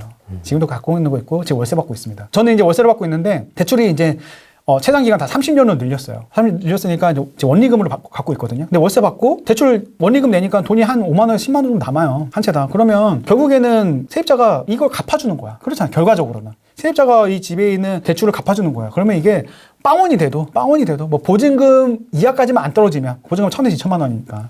8천만 원, 1,000에서 2천만 원까지 안 떨어져도 난 손해가 아닌 거죠. 그냥 기다릴 수 있는. 기다리면. 얼마든지 기다릴 수 있는 거죠. 근데 올라가요. 그런 주택도 10년, 20년이면 결국에는 올라가긴 해요. 결국에. 그래서 저는 지금 좀 마음 편해요. 지금은 그냥 길게 가져가야겠다 걔네들도 그런 생각도 있어요. 못난이도 팔지만 어떤 것도 가져가야겠다. 이게 포지션들이 조금 있습니다. 전 빌라 같은 경우는 좀 오래 가져갈 빌라들이 좀 있어요. 빌라라고 다 파는 거 아니에요. 빌라도 오래 가져가야 되는 것들도 있어요. 아니 그 팔아서 현금 주고 있으면 뭐 할 건데. 저는 그런 것들을 2년마다 전세금이 계속 나오는 것들은 한금화를 나는 거의예요. 팔면 양도세 엄청 많이 내야 돼. 팔면 70% 내야 돼. 이제 60% 70% 내야 돼. 중과 30%야. 빌라도 그렇게 내야 돼요. 다시 못 사요. 취득세 12% 내야 돼. 빌라도. 그러면 그 파는 순간에 나는 못 사요 이제. 근데 2년마다 전세금이 2,000, 3,000 맨날 올릴 수 있어. 그럼 팔아야 됩니까? 그럼 안 팔아야 되죠. 안 파는 게 낫겠다. 열채면은 2억 3억씩 들어오는데 지금은 애국자죠. 임대하시는 분들이 애국자인 거죠. 어떻게 보면. 그래서 저는 그렇게 많이 올리진 않습니다. 어느 정도 그 사람 자립심을 가질 정도만 올려요. 가질 정도만. 너무 무리해서 막 그렇게 저 앞을 가끔씩 달리거든요. 딱 봤을 때 제가 뭐 머리에 뿌리 있거나 그러지 않잖아요. 저 이렇게 똑같은 사람이에요. 네. 임대인들도 네. 다주택자들도 똑같이 시장 참여자인 거고 우리도 여기서 서로에게 어떻게 보면은 같이 살려고 하는 거죠, 사실은. 필요해요. 다주택자가 사라지는 순간에 정말 헬조선이 정말 옵니다, 그때는 헬조선이 와요. 어느 나라가 자가보유로 100%인 나라가 어디 있어요? 1가구 1주택 하면 헬파티 열립니다. 헬파티 열립니다. 여기 사는 순간 한번 자리 잡는 순간에 이사 못 가요, 이제. 열심히 돈 벌어도 이사 못 가요. 그들만의 세계가 견고해지고 이제 보유세를 너무 올리고 있죠. 나 이거 보유세를 왜 올리는지 모르겠어. 보유세 정말 이거 최악의 한수인 것 같아. 이렇게 올리는 건. 아니, 그러니까 올려도 돼. 너무 급격히 올리는 건 심각해요. 이제 공시가 한 9억 정도 되면 1,000만 원 정도 나와요. 보유세가. 2024년, 2025년에. 그럼 두 채가 있으면은 보유세가 4,000만 원 나와요. 그러면 내가 두 채 갖고 있으면은 전세 주면 망해. 4,000만 어떻게 내? 한 채는 월세를 줘야 되겠죠. 전세 이제 사라집니다. 좋은 지역도 전세 다 사라져요. 괜히 하는 얘기가 아니라 이거는 이건 정해졌어요, 이건. 이미. 이건 정해진 거야. 이건 정해진 거야. 전세 사라집니다, 좋은 지역들은 다. 강남은 다 사라져요. 이제 월세는 남을 거야. 근데 월세 그러면은 4,000만 원이면. 공시가 9억, 걔네들은 공시가 훨씬 더 넘겠지만 정말 저는 보수적으로 잡아서 공시가 9억, 9억짜리 두 채가 있으면 그러면 이거 월세 얼마 받아야 돼요? 300, 400. 400도 그럼 또이또이죠. 수선비도 들어가고 장기수선 충당금도 들어가고 그리고 또 임대소득세도 들어가고 두 채 쓰면은 임대소득세 내야 되잖아요. 한 500, 600은 받아야 돼요. 최소 600. 월세 600 시대 와요. 지금 기조로 간다면. 무섭지 않나요? 월세 600? 아니 그럴 수밖에 없어. 안 그러면 월세를 놓을 그게 없으니까 그럴 수밖에 없어. 누가 월세를 놓습니까? 전세는 아예 사라지고. 그리고 전세도 사라지고 또 전세가는 올라가고. 있으면 엄청 올라가겠죠. 일단 거기에 있는 사람들 보유세를 내기 위해서는 보유세가 이제 막 웬만해서는 1억도 내시는 분들도 있을 거예요. 그러면 거기 있는 사람들은 졸부자도 안 돼. 로또마저도 못 들어와. 매년 어떻게 1억씩 내. 그런 주택도 이제 나와요. 강남에 두 채만 있어도 7천에서 8천을 내요, 이제.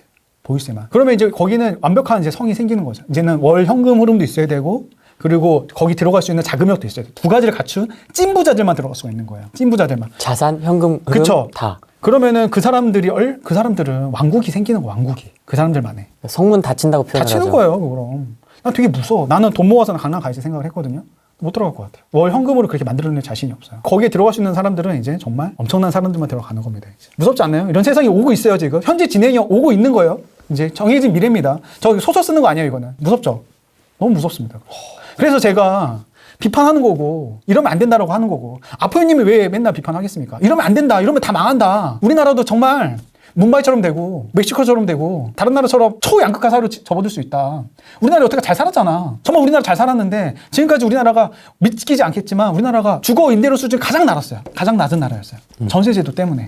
그리고 투자자들이 많았기 때문에 그들이 열심히 돈 벌려고 임대를 제공했기 때문에 우리나라 주거 임대료가 가장 낮은 나라였어요. 꼴등이었어, 꼴등. 이제는 OECD 평균이 될 거예요. 왜냐하면 OECD 이상으로 세금을 많이 내니까. 이제 그렇게 됐습니다, 이제 우리나라. 나 되게 무서운 거야, 이게 너무 무서운 거야. 이게 피부로 와닿잖아요, 막. 이것도 그럼 어떻게 보면 투표를 저희가 우리들이 잘못한 거예요, 사실. 우리의 옷보입니다, 이것도. 우리의 옷보인 거고 5,000년 역사 동안 우리 한반도 5,000년 역사 동안 근 70년, 80년이 기적의 역사였죠, 사실. 한강의 기적이. 그러니까 다시 돌아온 거예요. 다시 돌아온 거예요. 여러분, 다시 돌아온 겁니다, 이거.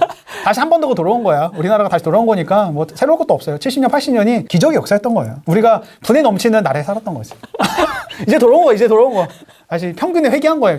결국에 평균에 회귀합니다. 대한민국 문 닫고 다시 이제 다시 한반도로 오는 거죠. 대한제국으로. 네, 대한제국으로. 그래서 이게 뭐 뭘 놀랄 것도 없어요. 우리가 80년 동안 분에 넘치는 나라에 살았다. 이렇게 생각하시면 좋을 것 같습니다. 우리나라가 예전에 정말 성장률이 좋을 때는 90년대에만 해도 7, 8% 성장을 했거든요. 기적이었죠, 사실. 그렇게 했던 게. 근데 지금은 0%잖아요. 이게 이제 뉴노멀이 된 거죠. 0%가. 이제 마이너스면 안 되면 다행인 거예요. 지금 우리나라가 지금 성장하는 게 딱 두 개밖에 없어요. 핸드폰이랑 반도체. 그 두 개 무너지면 끝이에요. 근데 중국이 지금 엄청 나잖아요. 엄청 올라오고 있죠. 우리나라가 이렇게 펀더멘털 좋다고 하지만 딱 두 개밖에 없어요. 산업 의존도가 되게 심해요, 사실. 그 두 개 무너지면 끝이에요. 두 개 무너지면 끝.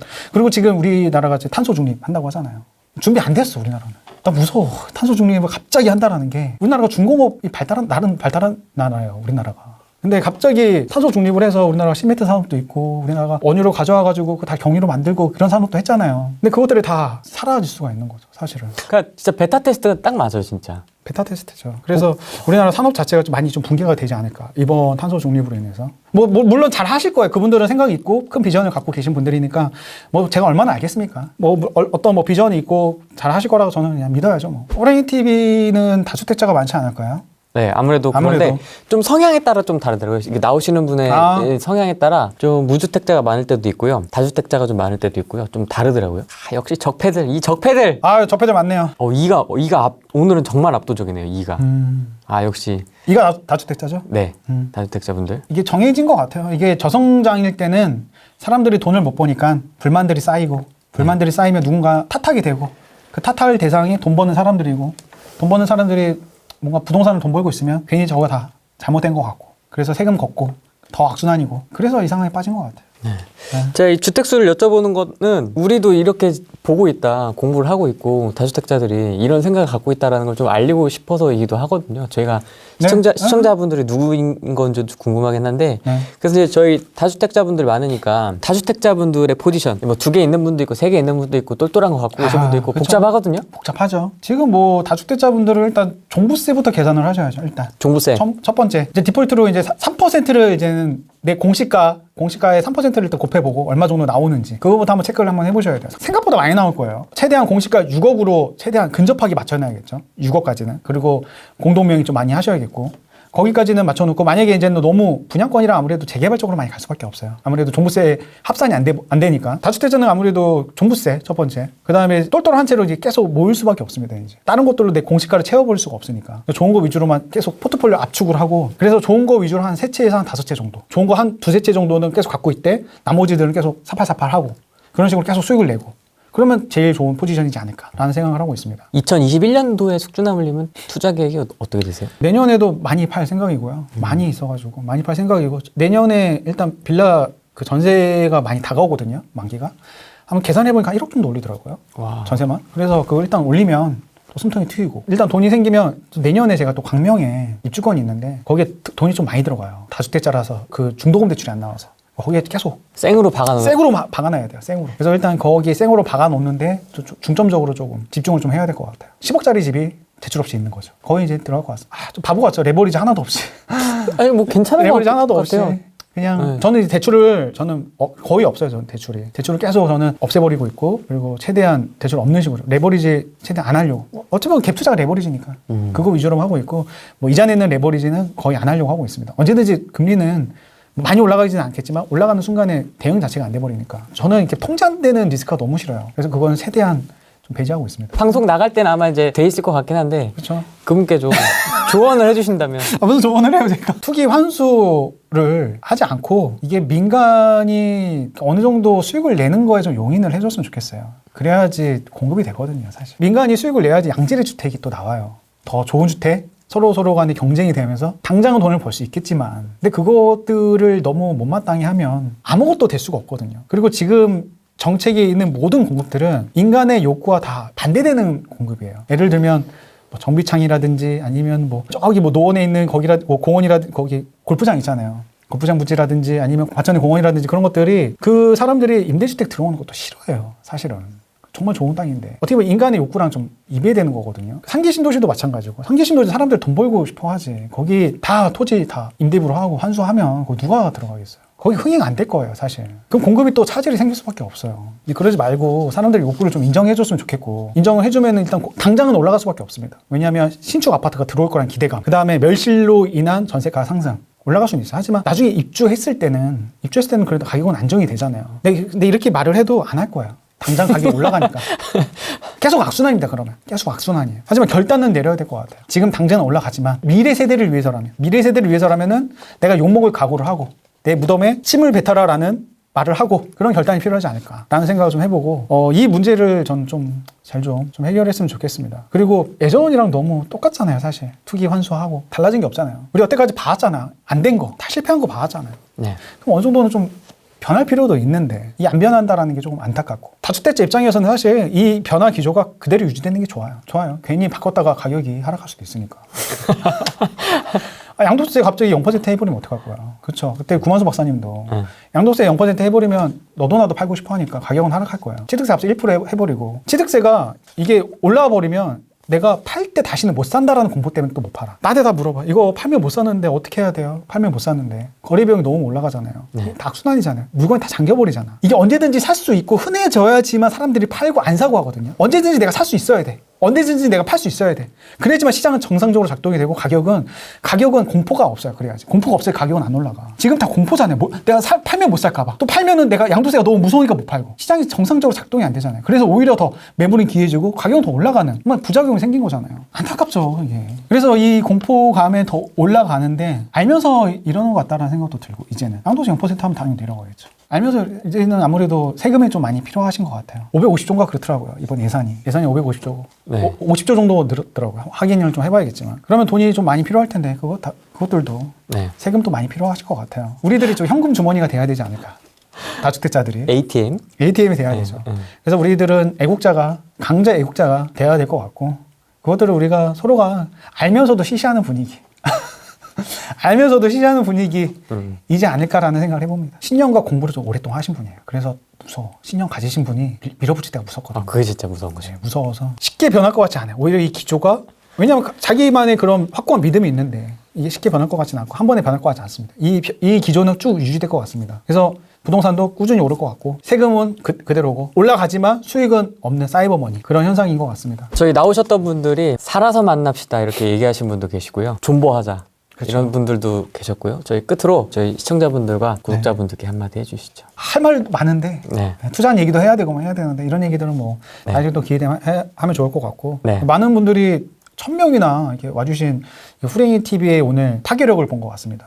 파괴력 진면목을 또 본 것 같고 네. 여기에 또 초대해 주셔서 너무 감사하고 아닙니다. 방구석 블로그 그리고 방구석 새내기 유튜버 초대해 주셔서 너무 감사하고 되게 좋아하는 분들이 많은 거 아세요? 뒤에서 들은 얘기가 되게 아 많아가지고. 진짜요? 네. 마음이 여려가지고 평이 되게 좋으시더라고요. 그렇게 욕 먹으면 많이 또 위축이 되는데 이런 얘기 들으면 또 기분 좋아지네요.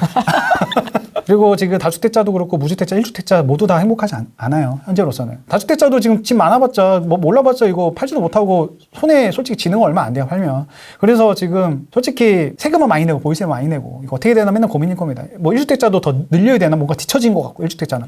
무주택자는 뭐 더 지옥이고. 이런 상황에서 모두 다 지금 행복하지 않습니다. 그럼에도 불구하고 우리는 투자의 끈은 놓치지 말아야 됩니다. 왜냐하면 이거 안 하면 뭐 할 건데. 뭐 이거 안 하면 뭐 다른 거 해도 되겠지만 비트코인? 뭐 비트코인도 뭐 주식을 뭐 해도 되겠지만 저는 개인적으로 그 비트코인 하고 있고 주식도 하고 있어요 저는. 네. 근데 저는 부동산이 좀 더 맞더라고요 개인적으로는. 왜냐하면 변동성이 너무 심하니까 마음도 흔들리고 부동산 한번 방향성이 정해지면 그래도 한번 쭉 가는 경향이 있어가지고 좀 더 쉬워요 사실은. 뭐 물론 고점 잡으면 계속 떨어져서 뭐 정말로 고통에 빠지겠지만 저점 잡고 그냥 가만히 있으면 그래도 계속 올라가니까 부동산이 좀 더 편하죠 어떻게 보면. 그래도 우리는 그래도 다른 투자보다 부동산 투자가 좀 더 쉽고 편한 거예요. 아무래도 전체적 흐름만 볼 줄 알면. 그래서 지금은 많이 힘들겠지만 그래도 다들 돈도 벌고 있고 앞으로도 계속 올라갈 테니까. 지금 당장은 뭐 다 올라가고 있고 어디든 뭐 올라가고 있고 올라가지 않고 있다 하더라도 그래도 대응하고 사팔사팔 잘하면 꾸준히 수익만 내면 누구든지 56을 벌 수 있으니까 그거 잊지 말고 네. 누구나 누구나 다 부자 돼서 나중에 큰 뭐 빌딩이라든지 건물주 돼서 만났으면 좋겠습니다. 알겠습니다. 고맙습니다. 네. 고맙습니다. 다음에 또 한번 네, 한번 초대해 주시면 또 모시도록 하겠습니다. 네. 알겠습니다. 오늘 여기까지 하겠습니다. 고맙습니다. 고맙습니다. 끝!